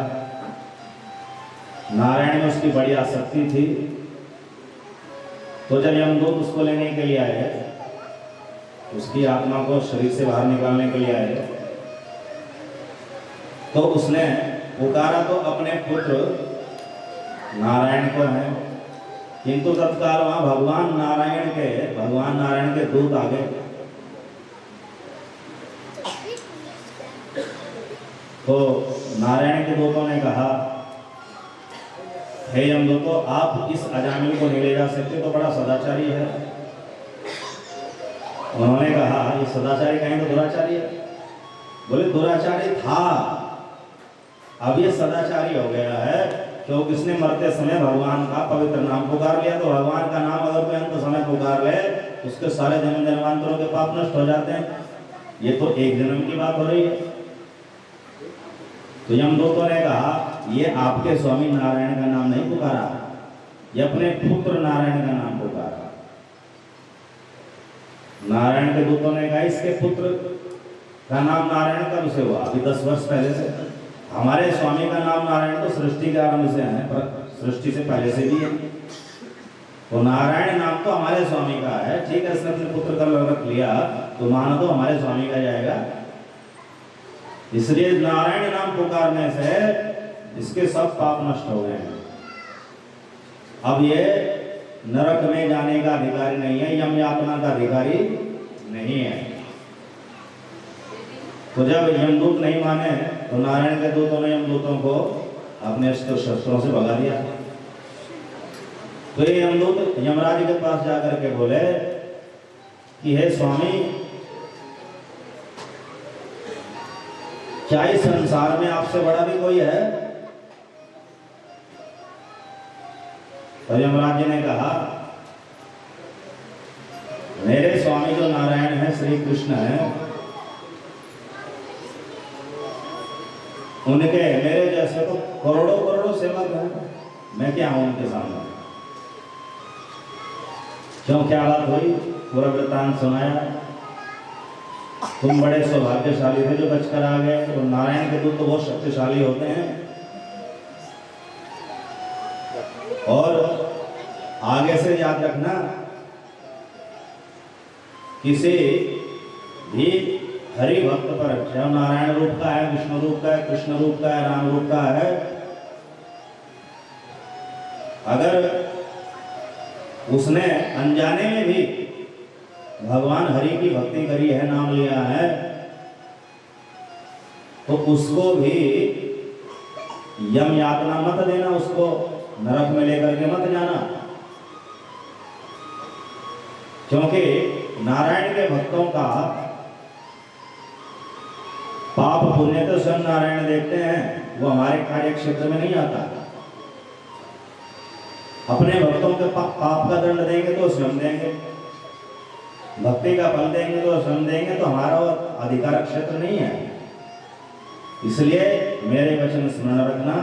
भागवत 6:3-29 जिह्वा न वक्ति भगवद गुण नाम ध्येयम् चेतश्च न स्मरति तच्चरणारविन्दम् कृष्णाय नो नमति यच्छिर एकदापि तानानयध्वं सतो कृत विष्णु कृत्यान् जिह्वा न वक्ति भगवद गुण नाम ध्येयम्। जिसकी जिह्वा भगवान नारायण या श्री कृष्ण के नाम रूप गुण लीलाओं का वर्णन नहीं करती, उच्चारण नहीं करती, चेतश्च न स्मरति तच्चरणारविन्दम्, जिसका मन श्री कृष्ण के, श्री नारायण के चरणों का स्मरण नहीं करता, कृष्णाय नो नमति यच्छिरे कदापि, और जिसका सिर एक बार भी श्री कृष्ण के या श्री नारायण के चरणों में नहीं झुकता, तानानध्वम सतो कृत विष्णु कृत्यान्, जिसने भगवान विष्णु या नारायण की प्रशंसा के लिए कभी कोई कार्य किया ही नहीं, ऐसा व्यक्ति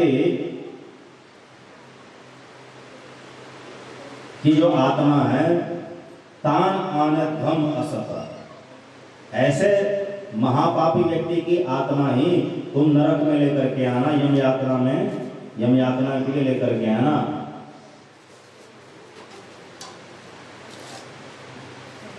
किंतु जिसने नारायण की भक्ति करी है, कृष्ण की भक्ति करी है, भले ही अनजाने में करी है, और भले वो कितना भी बड़ा पापी महापापी है, उसको यहाँ पर लेकर मत आना। उसके पाप का दंड देंगे तो नारायण देंगे, हम नहीं दे सकते।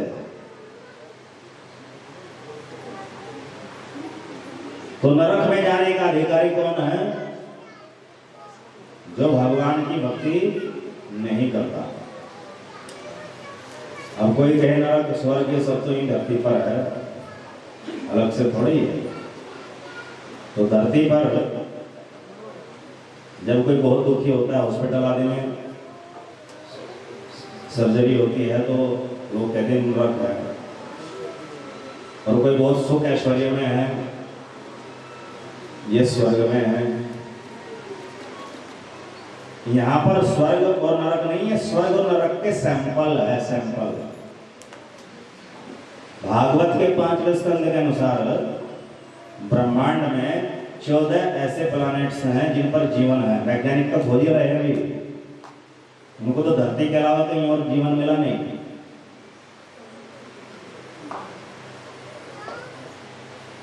किंतु धरती के अलावा भी 13 और लोग हैं जिन पर जीवन है। 14 लोगों पर जीवन है पूरे ब्रह्मांड में। उनका वर्णन भागवत में हुआ। भूलोक पृथ्वी के अलावा पृथ्वी के नीचे, बहुत नीचे जाकर के 7 तरह के पाताल लोक हैं। अतल, वितल, सुतल, तलातल, महातल, रसातल और पाताल। 8 हो गए। पृथ्वी के ऊपर भूर लोक है 9। भूर लोक में सारा अंतरिक्ष मंडल आ गया, सब गैलेक्सीज में आ गए। फिर भूर लोक के ऊपर 5 प्रकार के स्वर्ग हैं। स्वर्ग पंचक, स्वर्गलोक, महरलोक, जनलोक, तपलोक, ब्रह्मलोक। तो ब्रह्मलोक सर्वोच्च स्वर्ग है। तो पूरे ब्रह्मांड में ये 14 लोक हैं जिन पर जीवन है।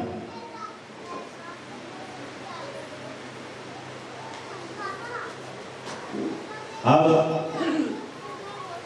इस पृथ्वी, ये पृथ्वी है कर्म भूमि। यहां पर अगर कोई सामान्य पाप करता है, कम मात्रा में करता है, तो अगले जन्म में, इसी जन्म में दुख के रूप में मिल जाता है। सामान्य पुण्य करता है तो इसी जीवन में, अगले जन्म में सुख के रूप में मिल जाता है। किंतु कोई एक ही पाप को बारंबार दोहराए अनलिमिटेड, या कोई एक ही पुण्य को बारंबार करे अनलिमिटेड पुण्य इकट्ठा कर लिया, तो उसके लिए सुख और दुख देने की व्यवस्था धरती पर नहीं है। तो असीमित मात्रा में पाप करने वालों के लिए पाताल के अंतर्गत एक सब प्लैनेट है, एक उपलोक है, उसे कहते हैं नरक। तो भागवत में 28 तरह के नरकों का वर्णन है। भिन्न भिन्न पाप के लिए भिन्न भिन्न प्रकार के नरक, उनको नरकों में यातना दी जाती है, पाप शुद्ध किया जाता है। और जिसने बहुत सारे मात्रा में, असीमित मात्रा में पुण्य कर लिए, सकाम पुण्य कर ले तो स्वर्ग में जाएगा, निष्काम पुण्य करे तो अतल, तो उसके ऊपर के जो महरलोक, जनलोक, तपलोक, ब्रह्मलोक में जाएगा बढ़ते क्रम में। तो वहां पर जाकर के उसको शरीर मिलेंगे। अब कभी कभी कोई व्यक्ति कहता है कि शरीर तो यही नष्ट हो गया और आत्मा अजर अमर है, तो यमराज के दूत जो है कष्ट किसको देंगे? बिना शरीर की आत्मा का तो कष्ट कैसे देंगे? तो अजर अमर है। तो इसलिए नरक वाली बात झूठ हम नहीं मानते। नरक वाली बात झूठ नहीं है, 100% सच है।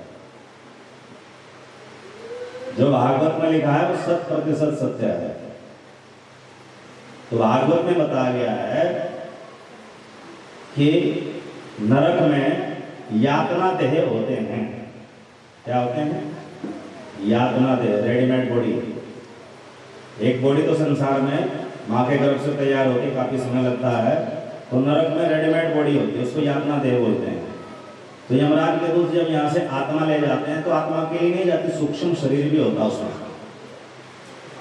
सूक्ष्म शरीर में भी कर्मेंद्रियां हैं, ज्ञानेंद्रियां सूक्ष्म शरीर में भी 5 प्राण हैं। सूक्ष्म शरीर में मन, बुद्धि, अहंकार और चित्त है, वो दिखते नहीं है। वो सूक्ष्म शरीर में सारे रिकॉर्ड है, सारे कर्म। तो सूक्ष्म शरीर सहित आत्मा को यमदूत ले जाते हैं, लेकिन उसको कष्ट नहीं दे सकते। तो जब यमपुरी में ले जाते तो पहले से ही यातना देह उपलब्ध होते हैं, बने बनाए, रेडीमेड बॉडी, जैसे रेडीमेड कपड़े होते हैं ऐसे। तो उसमें जा करके रेडीमेड बॉडी में डाल देते हैं अपना देह में, उसके सूक्ष्म शरीर सहित आत्मा को तत्काल जीवित हो जाता है। तो उसको फिर भिन्न भिन्न प्रकार के नरकों में यातना दी जाती है। अब ऐसे स्वर्ग है, स्वर्ग में भी भोग आयतन देह होते हैं, सुख भोगने के लिए उपयुक्त देवताओं के शरीर, तो आत्मा को वहां देवताओं के शरीर में डाल दिया जाता है, तो वो वहां के विशेष स्वर्ग के भोग भोगते हैं। तो स्वर्ग भी है, नरक भी है, कल्पना नहीं है, वास्तविकता है।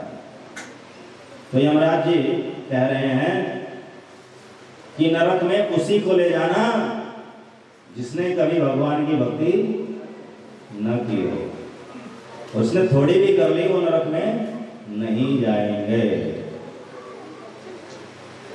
ग्रंथ सम्राट श्रीमद् भागवत महापुराण की जय। श्री सुखदेव जी महाराज की जय। अब सभी आपके के लिए खड़े हो जाइए।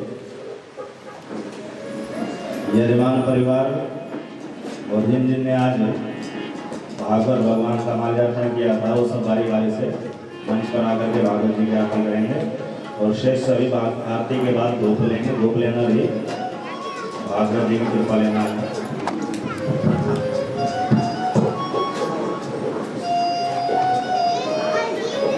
फल प्राप्त होते हैं, भोग ऐश्वर्य स्वर्ग आदि प्राप्त होते हैं, वे सब कृष्ण भक्त को अत्यंत सरलता से मिल जाते हैं।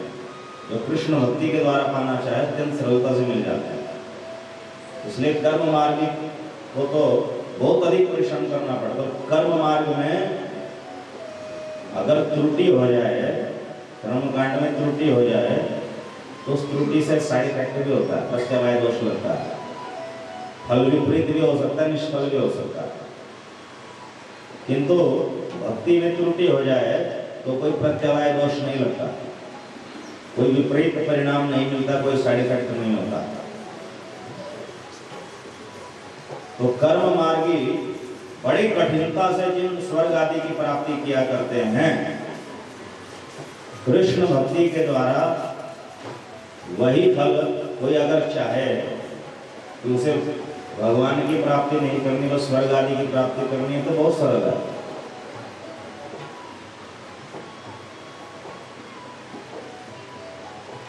भगवद गीता के 6वें अध्याय में श्री अर्जुन जी ने भगवान श्री कृष्ण से पूछा, हे कृष्ण,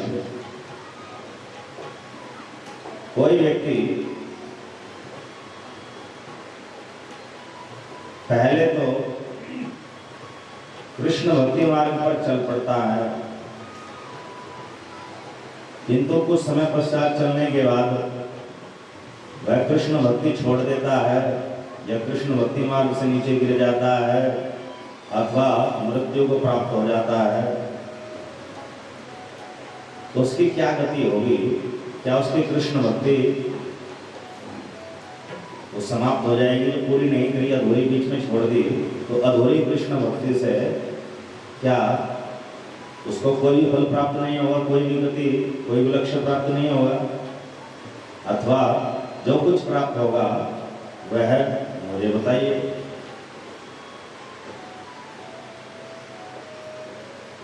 हरे कृष्ण कृष्ण कृष्ण हरे हरे, हरे राम राम राम हरे हरे। तो भगवान श्री कृष्ण कहते हैं, अर्जुन, एक व्यक्ति है जिसने अल्प मात्रा में अल्प काल के लिए भक्ति करी, अल्प मात्रा में, थोड़ी मात्रा में, 15-20 मिनट बस रोज अधिकतम, अल्प काल के लिए कुछ वर्षों के लिए बस भक्ति का अभ्यास किया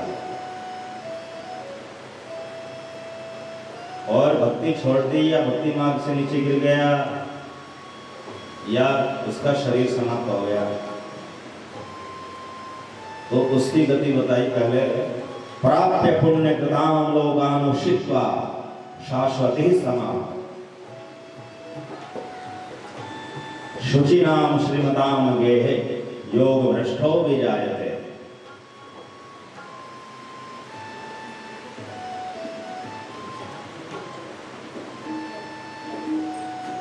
अर्थात पुण्यात्माओं को जो फल प्राप्त हुआ करते हैं स्वर्ग आदि, प्राप्य पुण्य कृताम लोकानुषित्वा शाश्वती समा, शाश्वती समा बहुत लंबे समय के लिए, दीर्घ काल के लिए, लाखों लाखों वर्षों के लिए। तो अल्प मात्रा में अल्प काल के लिए भक्ति करने वाले को स्वर्गलोक की प्राप्ति होगी, और स्वर्गलोक में वह बहुत दीर्घ काल तक, लाखों वर्षों तक वहां के स्वर्ग के ऐश्वर्यों का उपभोग करेगा। तत्पश्चात शुचि नाम श्रीमताम है, ऐसे घर में जन्म लेगा जो पवित्र आचरण वाला हो, शिष्टाचार वाला हो, सदाचार वाला हो, और श्रीमताम बहुत धन संपन्न हो, धन संपदावान हो, ऐसे घर में जन्म लेगा।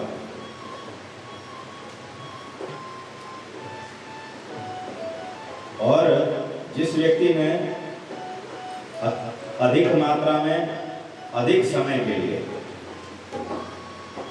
अधिक मात्रा में दीर्घ काल के लिए श्री कृष्ण की भक्ति करी, वो भक्ति छोड़ दी या पतन हो गया या फिर मृत्यु आ गई, तो उसकी गति क्या होगी?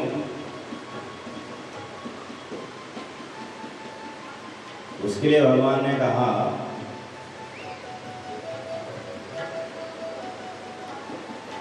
योगिनामेव कुले भवति धीमताम्, बुद्धिमान भक्तों के कुल में उसका जन्म होगा। बुद्धिमान धीमताम्, बुद्धिमान भक्तों के घर उसका जन्म होगा। ऐसा जन्म मिलना बड़ा दुर्लभ है संसार में। एतद्धि दुर्लभतरम लोक, इस संसार में बुद्धिमान भक्तों के घर में जन्म मिलना बहुत कठिन है। तो अधिक मात्रा में दीर्घ काल तक जिसने भक्ति करी तो शरीर पूरा हो गया, उसकी भक्ति नष्ट नहीं होगी। दोबारा फिर उसको जहाँ से भक्ति छोड़ी थी वहाँ से आगे भक्ति करने का सुअवसर दिया जाएगा। किंतु जिसने वैसे ही दूसरों को देखा जाए कि थोड़ी बहुत समय के लिए थोड़ी बहुत मात्रा में भक्ति कर ली, उसको भी स्वर्गलोक की प्राप्ति हो जाएगी। तो कहने का तात्पर्य है कि जिस स्वर्ग की प्राप्ति करने के लिए राजा हरिश्चंद्र जैसे राजाओं को बड़े त्याग बलिदान करने पड़े, कठोर से कठोर तपस्या आदि करनी पड़ी, उस स्वर्ग की प्राप्ति कृष्ण भक्ति में अनायास हो जाती है, बिना बहुत परिश्रम किए। इसलिए कर्म मार्गियों के लिए भक्ति ही कृष्ण भक्ति सर्वोत्तम उपाय है। ज्ञान मार्गियों के लिए भी कृष्ण भक्ति सर्वोत्तम उपाय है। अब ज्ञान मार्गी क्या चाहते हैं? जन्म मरण के चक्र से छुटकारा। किंतु छुटकारे के साथ साथ उनकी एक मनोभीष्ट होती है, एक मन में इच्छा रहती है कि मैं आत्मा उस निराकार परमात्मा में विलीन हो जाऊं, निराकार ब्रह्म में मिल करके एक हो जाऊं। तो उसे कहते हैं कैवल्य मुक्ति या सायुज्य मुक्ति। तो जिसमें जीव और ब्रह्म को एक होना होता है उसे सायुज्य मुक्ति कहते हैं। और जिस तरह की सायुज्य मुक्ति प्राप्ति की जो इच्छा रखते हैं उन्हें कहते हैं ज्ञान मार्गी। जो जन्म मरण के चक्र से छूटकर निर्गुण निराकार ब्रह्म में विलीन हो जाना चाहते हैं उन्हें ज्ञान मार्गी कहते हैं। तो ज्ञान मार्गियों के लिए भी कृष्ण भक्ति ही सर्वोत्तम उपाय है। वो कैसे?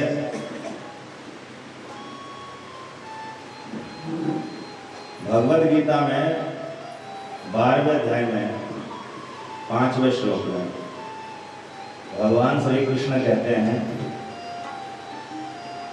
कलेशो हि अधिकतरस्तेषां अव्यक्तासक्त चेतसां। कलेशो हि अधिकतरस्तेषां अव्यक्तासक्त चेतसां। अव्यक्त आसक्त चेतसां, अव्यक्त निराकार, निराकार ज्योति निराकार ब्रह्म, तो निराकार में जिसके मन रमे हुए हैं, तो निराकार में विलीन हो जाना चाहते हैं, कलेशो ही अधिकतरत तेषाम, उनके मार्ग में बहुत परिश्रम है, बहुत परिश्रम है, बहुत क्लेश है। अव्यक्ता ही गतिर दुखम, तो अव्यक्ता निराकारवादियों की जो गति है, जो लक्ष्य है, उसको प्राप्त करना बड़ा दुखदायी है, बड़ा कष्टपूर्ण है।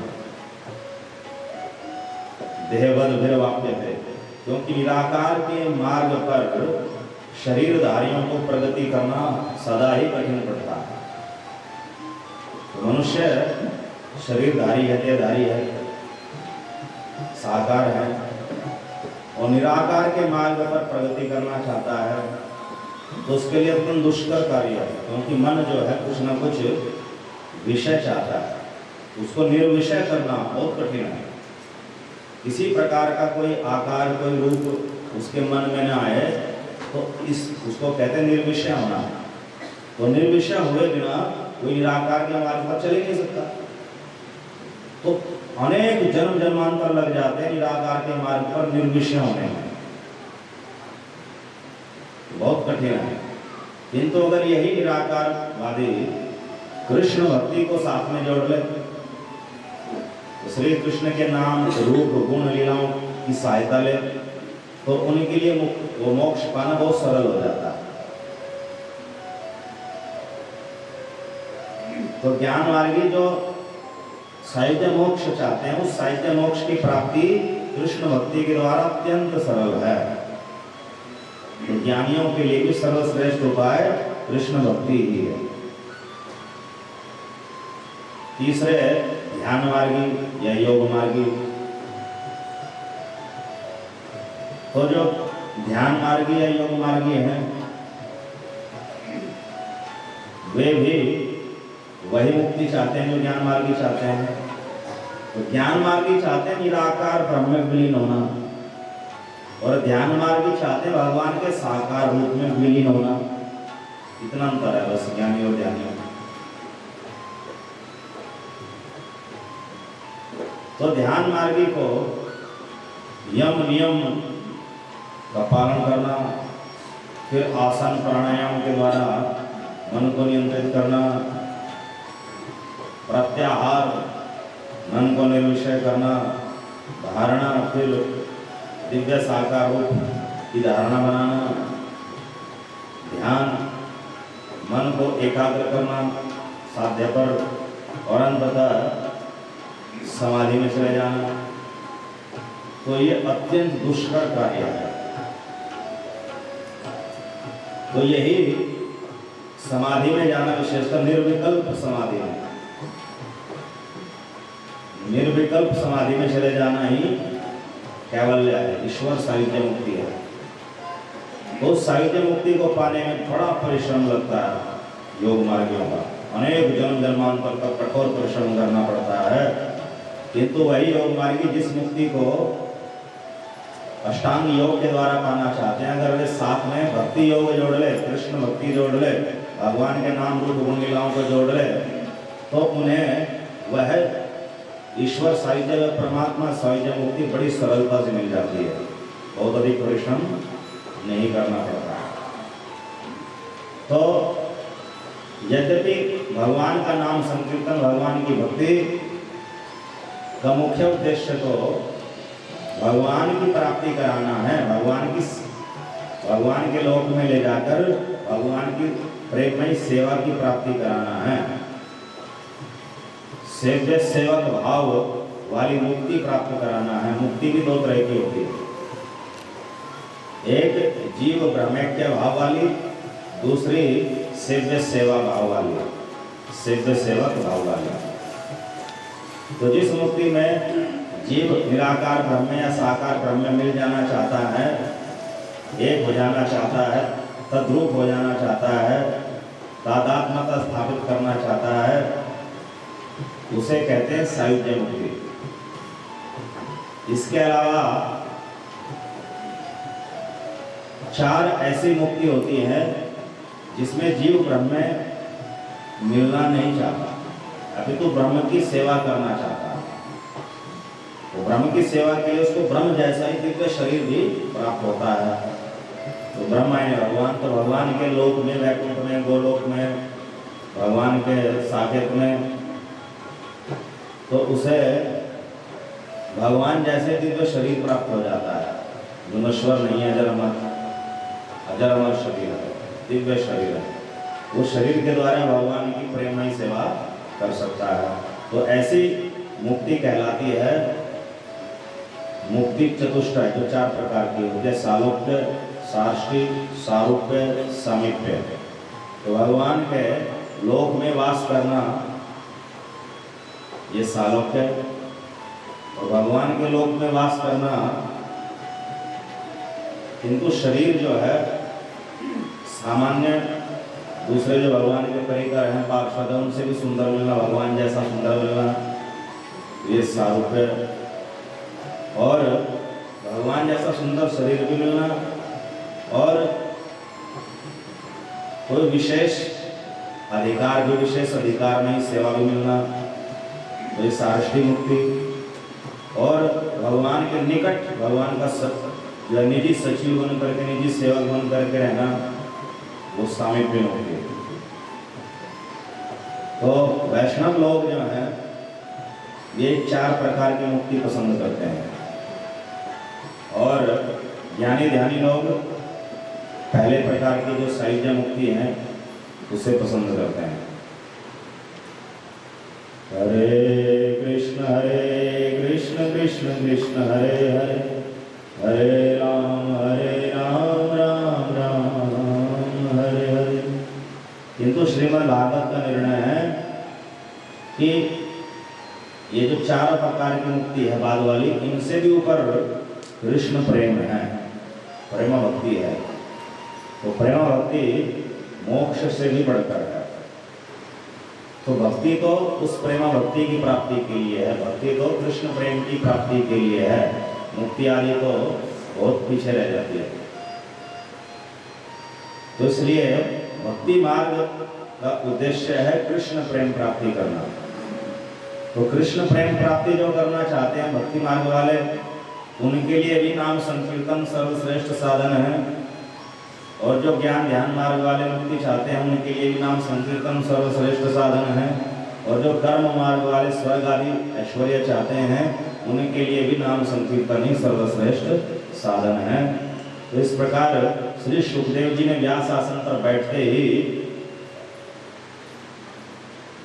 अपने गुरु महर्षि वेद व्यास जी की गुरु दक्षिणा पर कार्य करना आरंभ कर दिया। गुरु दक्षिणा में क्या मांगा गया था कि हे सुखदेव, तुम इस श्रीमद् भागवत का दिव्य ज्ञान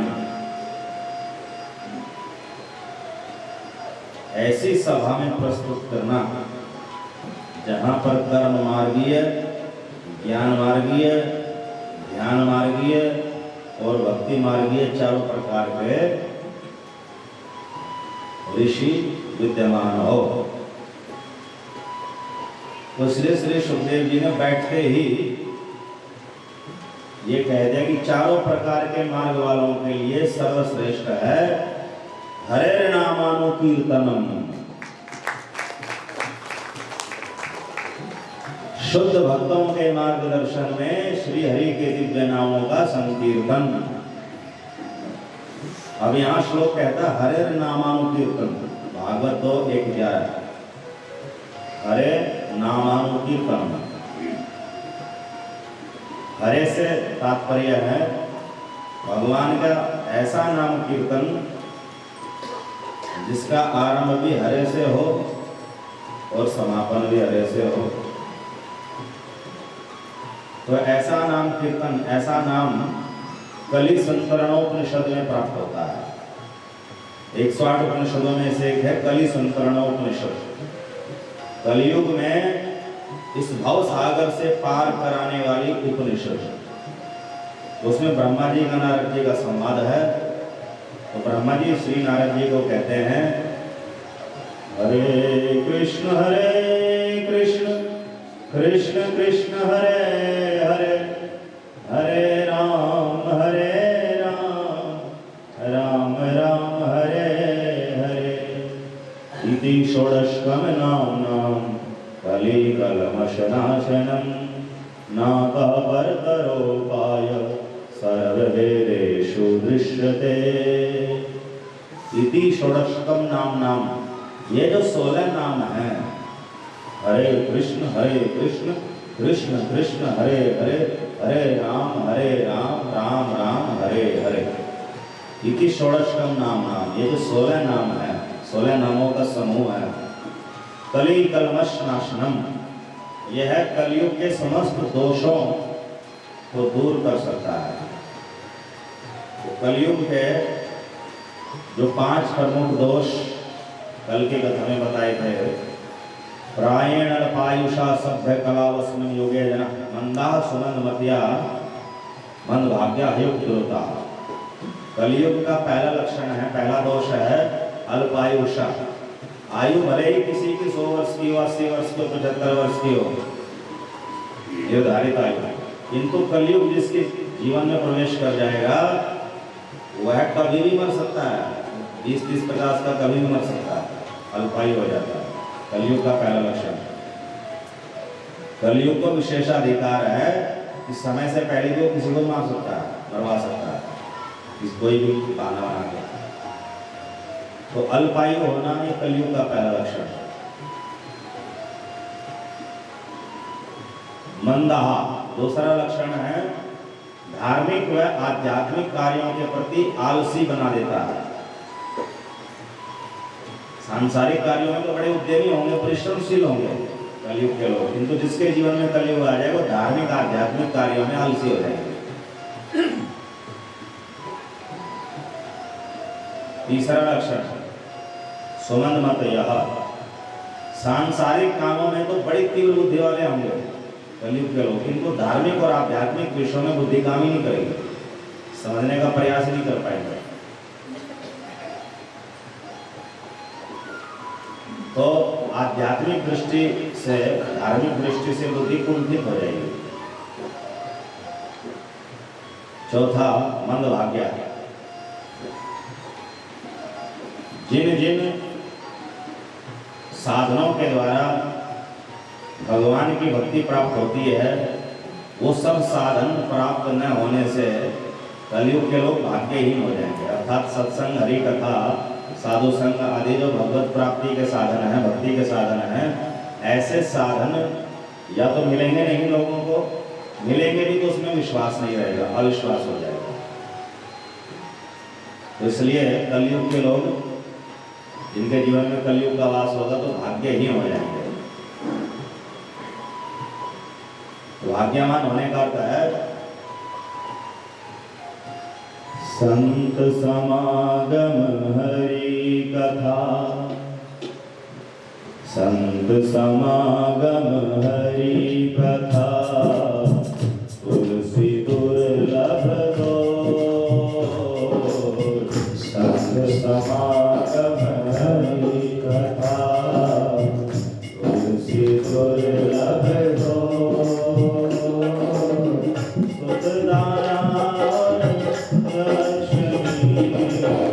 पापी घर हो बंदे, पापी घर हो, संत समागम हरि कथा। हरि भक्तों का संग और हरि भक्तों के संग में हरि की कथा, सत्संग आदि जिसको मिलते हैं वो है भाग्यवान। कोई सोचता है कि सांसारिक सुख सुविधाएं, धन दौलत, स्त्री पुत्र आदि प्राप्त होना ही भाग्यवान का लक्षण है, तो नहीं। जो पापी लोग होते हैं उनको भी ये सब सारी सुख सुविधाएं मिल जाती हैं सरलता से, उनको कैसे भाग्यवान कहा जाए? भाग्यवान वही है जिसको भगवान की भक्ति करने के अवसर मिलते हैं, सत्संग हरि कथा मिलता है। तो कलयुग का जो चौथा लक्षण है वह है कलयुग के वासियों को भाग्यहीन कर देता है, उनको सत्संग हरि कथा मिलना दुर्लभ करा देता है। अगर मिल भी जाए तो उसमें अश्रद्धा, अविश्वास जागृत कर देता है, जिससे कि उसका लाभ न उठा सके। तो कलयुग का लक्षण है चौथा। पांचवा लक्षण है हयुक्त दुरता। कलहशील बनाना। कलयुग अपने वासियों को झगड़ालू बना देता, कलह करा देता है। जिस समय कलयुग नहीं था द्वापर में, तो कौरव 100 भाई थे, कैसे प्यार से रहते थे परिवार सहित। पांडव 5 भाई थे, कितने प्यार से रहते थे, परिवार का भी खंडन नहीं होता था, संयुक्त परिवार रहता था। किंतु कलयुग में संयुक्त परिवार भी खंडित हो गए, एकाकी परिवार हो गए। और एकाकी परिवार में भी पति पत्नी में भी रोजाना कलह करवा देता है कलयुग, ताकि वो बिल्कुल अलग अलग हो जाए। तो एक कलयुग का 5वां लक्षण है कलह कराना। तो इन 5 लक्षणों को कलयुग के 5 दोष कहा गया है। तो श्री ब्रह्मा जी कहते हैं नारद जी को, कली कलमशनाशनम, ये जो 16 नाम वाला हरि नाम महामंत्र है, ये कली के कलमश का नाश कर देता है, कली की बुराई का, दोष का नाश कर देता है, जीवन में से कलयुग के लक्षण हटा देता है। न परतरो पाय सर्ववेदेषु दृश्यते, और समस्त वेद शास्त्र पुराणों का अध्ययन करने पर ये निष्कर्ष निकलता है, ये निर्णय निकलता है कि इस हरिनाम महामंत्र से बढ़कर कलयुग में और कोई साधन नहीं है और कोई उपाय नहीं है। तो जो नाम भगवान का हरे से आरंभ हो और हरे पर ही समाप्त हो जाए, उसका संकीर्तन करना ही श्री सुखदेव जी ने कहा हरे नामानुकीर्तनम। हरे कृष्ण कृष्ण कृष्ण हरे हरे, हरे राम राम राम हरे हरे। इसका संकीर्तन करना बड़ा सरल है, कोई कठिन नहीं, किसी भी धुन में इसको गा सकते हैं। हरे कृष्ण कृष्ण कृष्ण हरे हरे, हरे राम राम हरे हरे, हरे कृष्ण कृष्ण कृष्ण हरे हरे, हरे राम राम हरे हरे, हरे कृष्ण कृष्ण कृष्ण हरे हरे, हरे राम राम हरे हरे, हरे कृष्ण कृष्ण कृष्ण हरे हरे, हरे राम राम हरे हरे। ये भगवान का नाम है। नाम और मंत्र में थोड़ा अंतर होता है। मंत्र का संकीर्तन नहीं कर सकते, नाम का संकीर्तन कर सकते हैं। अगर कोई मंत्र का संकीर्तन करता है तो मंत्र निष्फल हो जाता है या फिर उसका लाभ कम प्राप्त होगा, अल्प मात्रा में मिलेगा। नाम का संकीर्तन करने से नाम का पूर्ण लाभ प्राप्त होता है, पूर्ण फल मिलता है। तो जिस छंदोबद्ध रचना में ओम लगा हो, नमः लगा हो, धीमहि लगा हो, स्वाहा जुड़ा हो, तो ऐसे ही छंदोबद्ध रचना कहलाएगी मंत्र। और जिसमें ये शब्द न जुड़े हो, सीधा नाम हो, वो कहलाएगा नाम। तो हरि नाम और हरि मंत्र 2 चीज हो गई। तो जैसे ओम नमो भगवते वासुदेवाय, ये हो गया हरि मंत्र।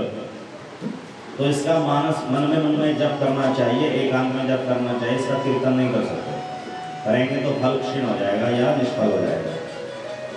और ये जो हरे कृष्ण कृष्ण कृष्ण हरे हरे, हरे राम राम हरे हरे, ये हरि नाम है। इसको चाहे जितने जोर से संकीर्तन कर सकते हैं, इसका फल क्षीण नहीं होगा, निष्फल नहीं होगा। तो ये हरि नाम महामंत्र है, इसका संकीर्तन किया जा सकता है। जिसमें ओम नमः आदि शब्द जुड़े हो, उसका संकीर्तन नहीं किया जा सकता।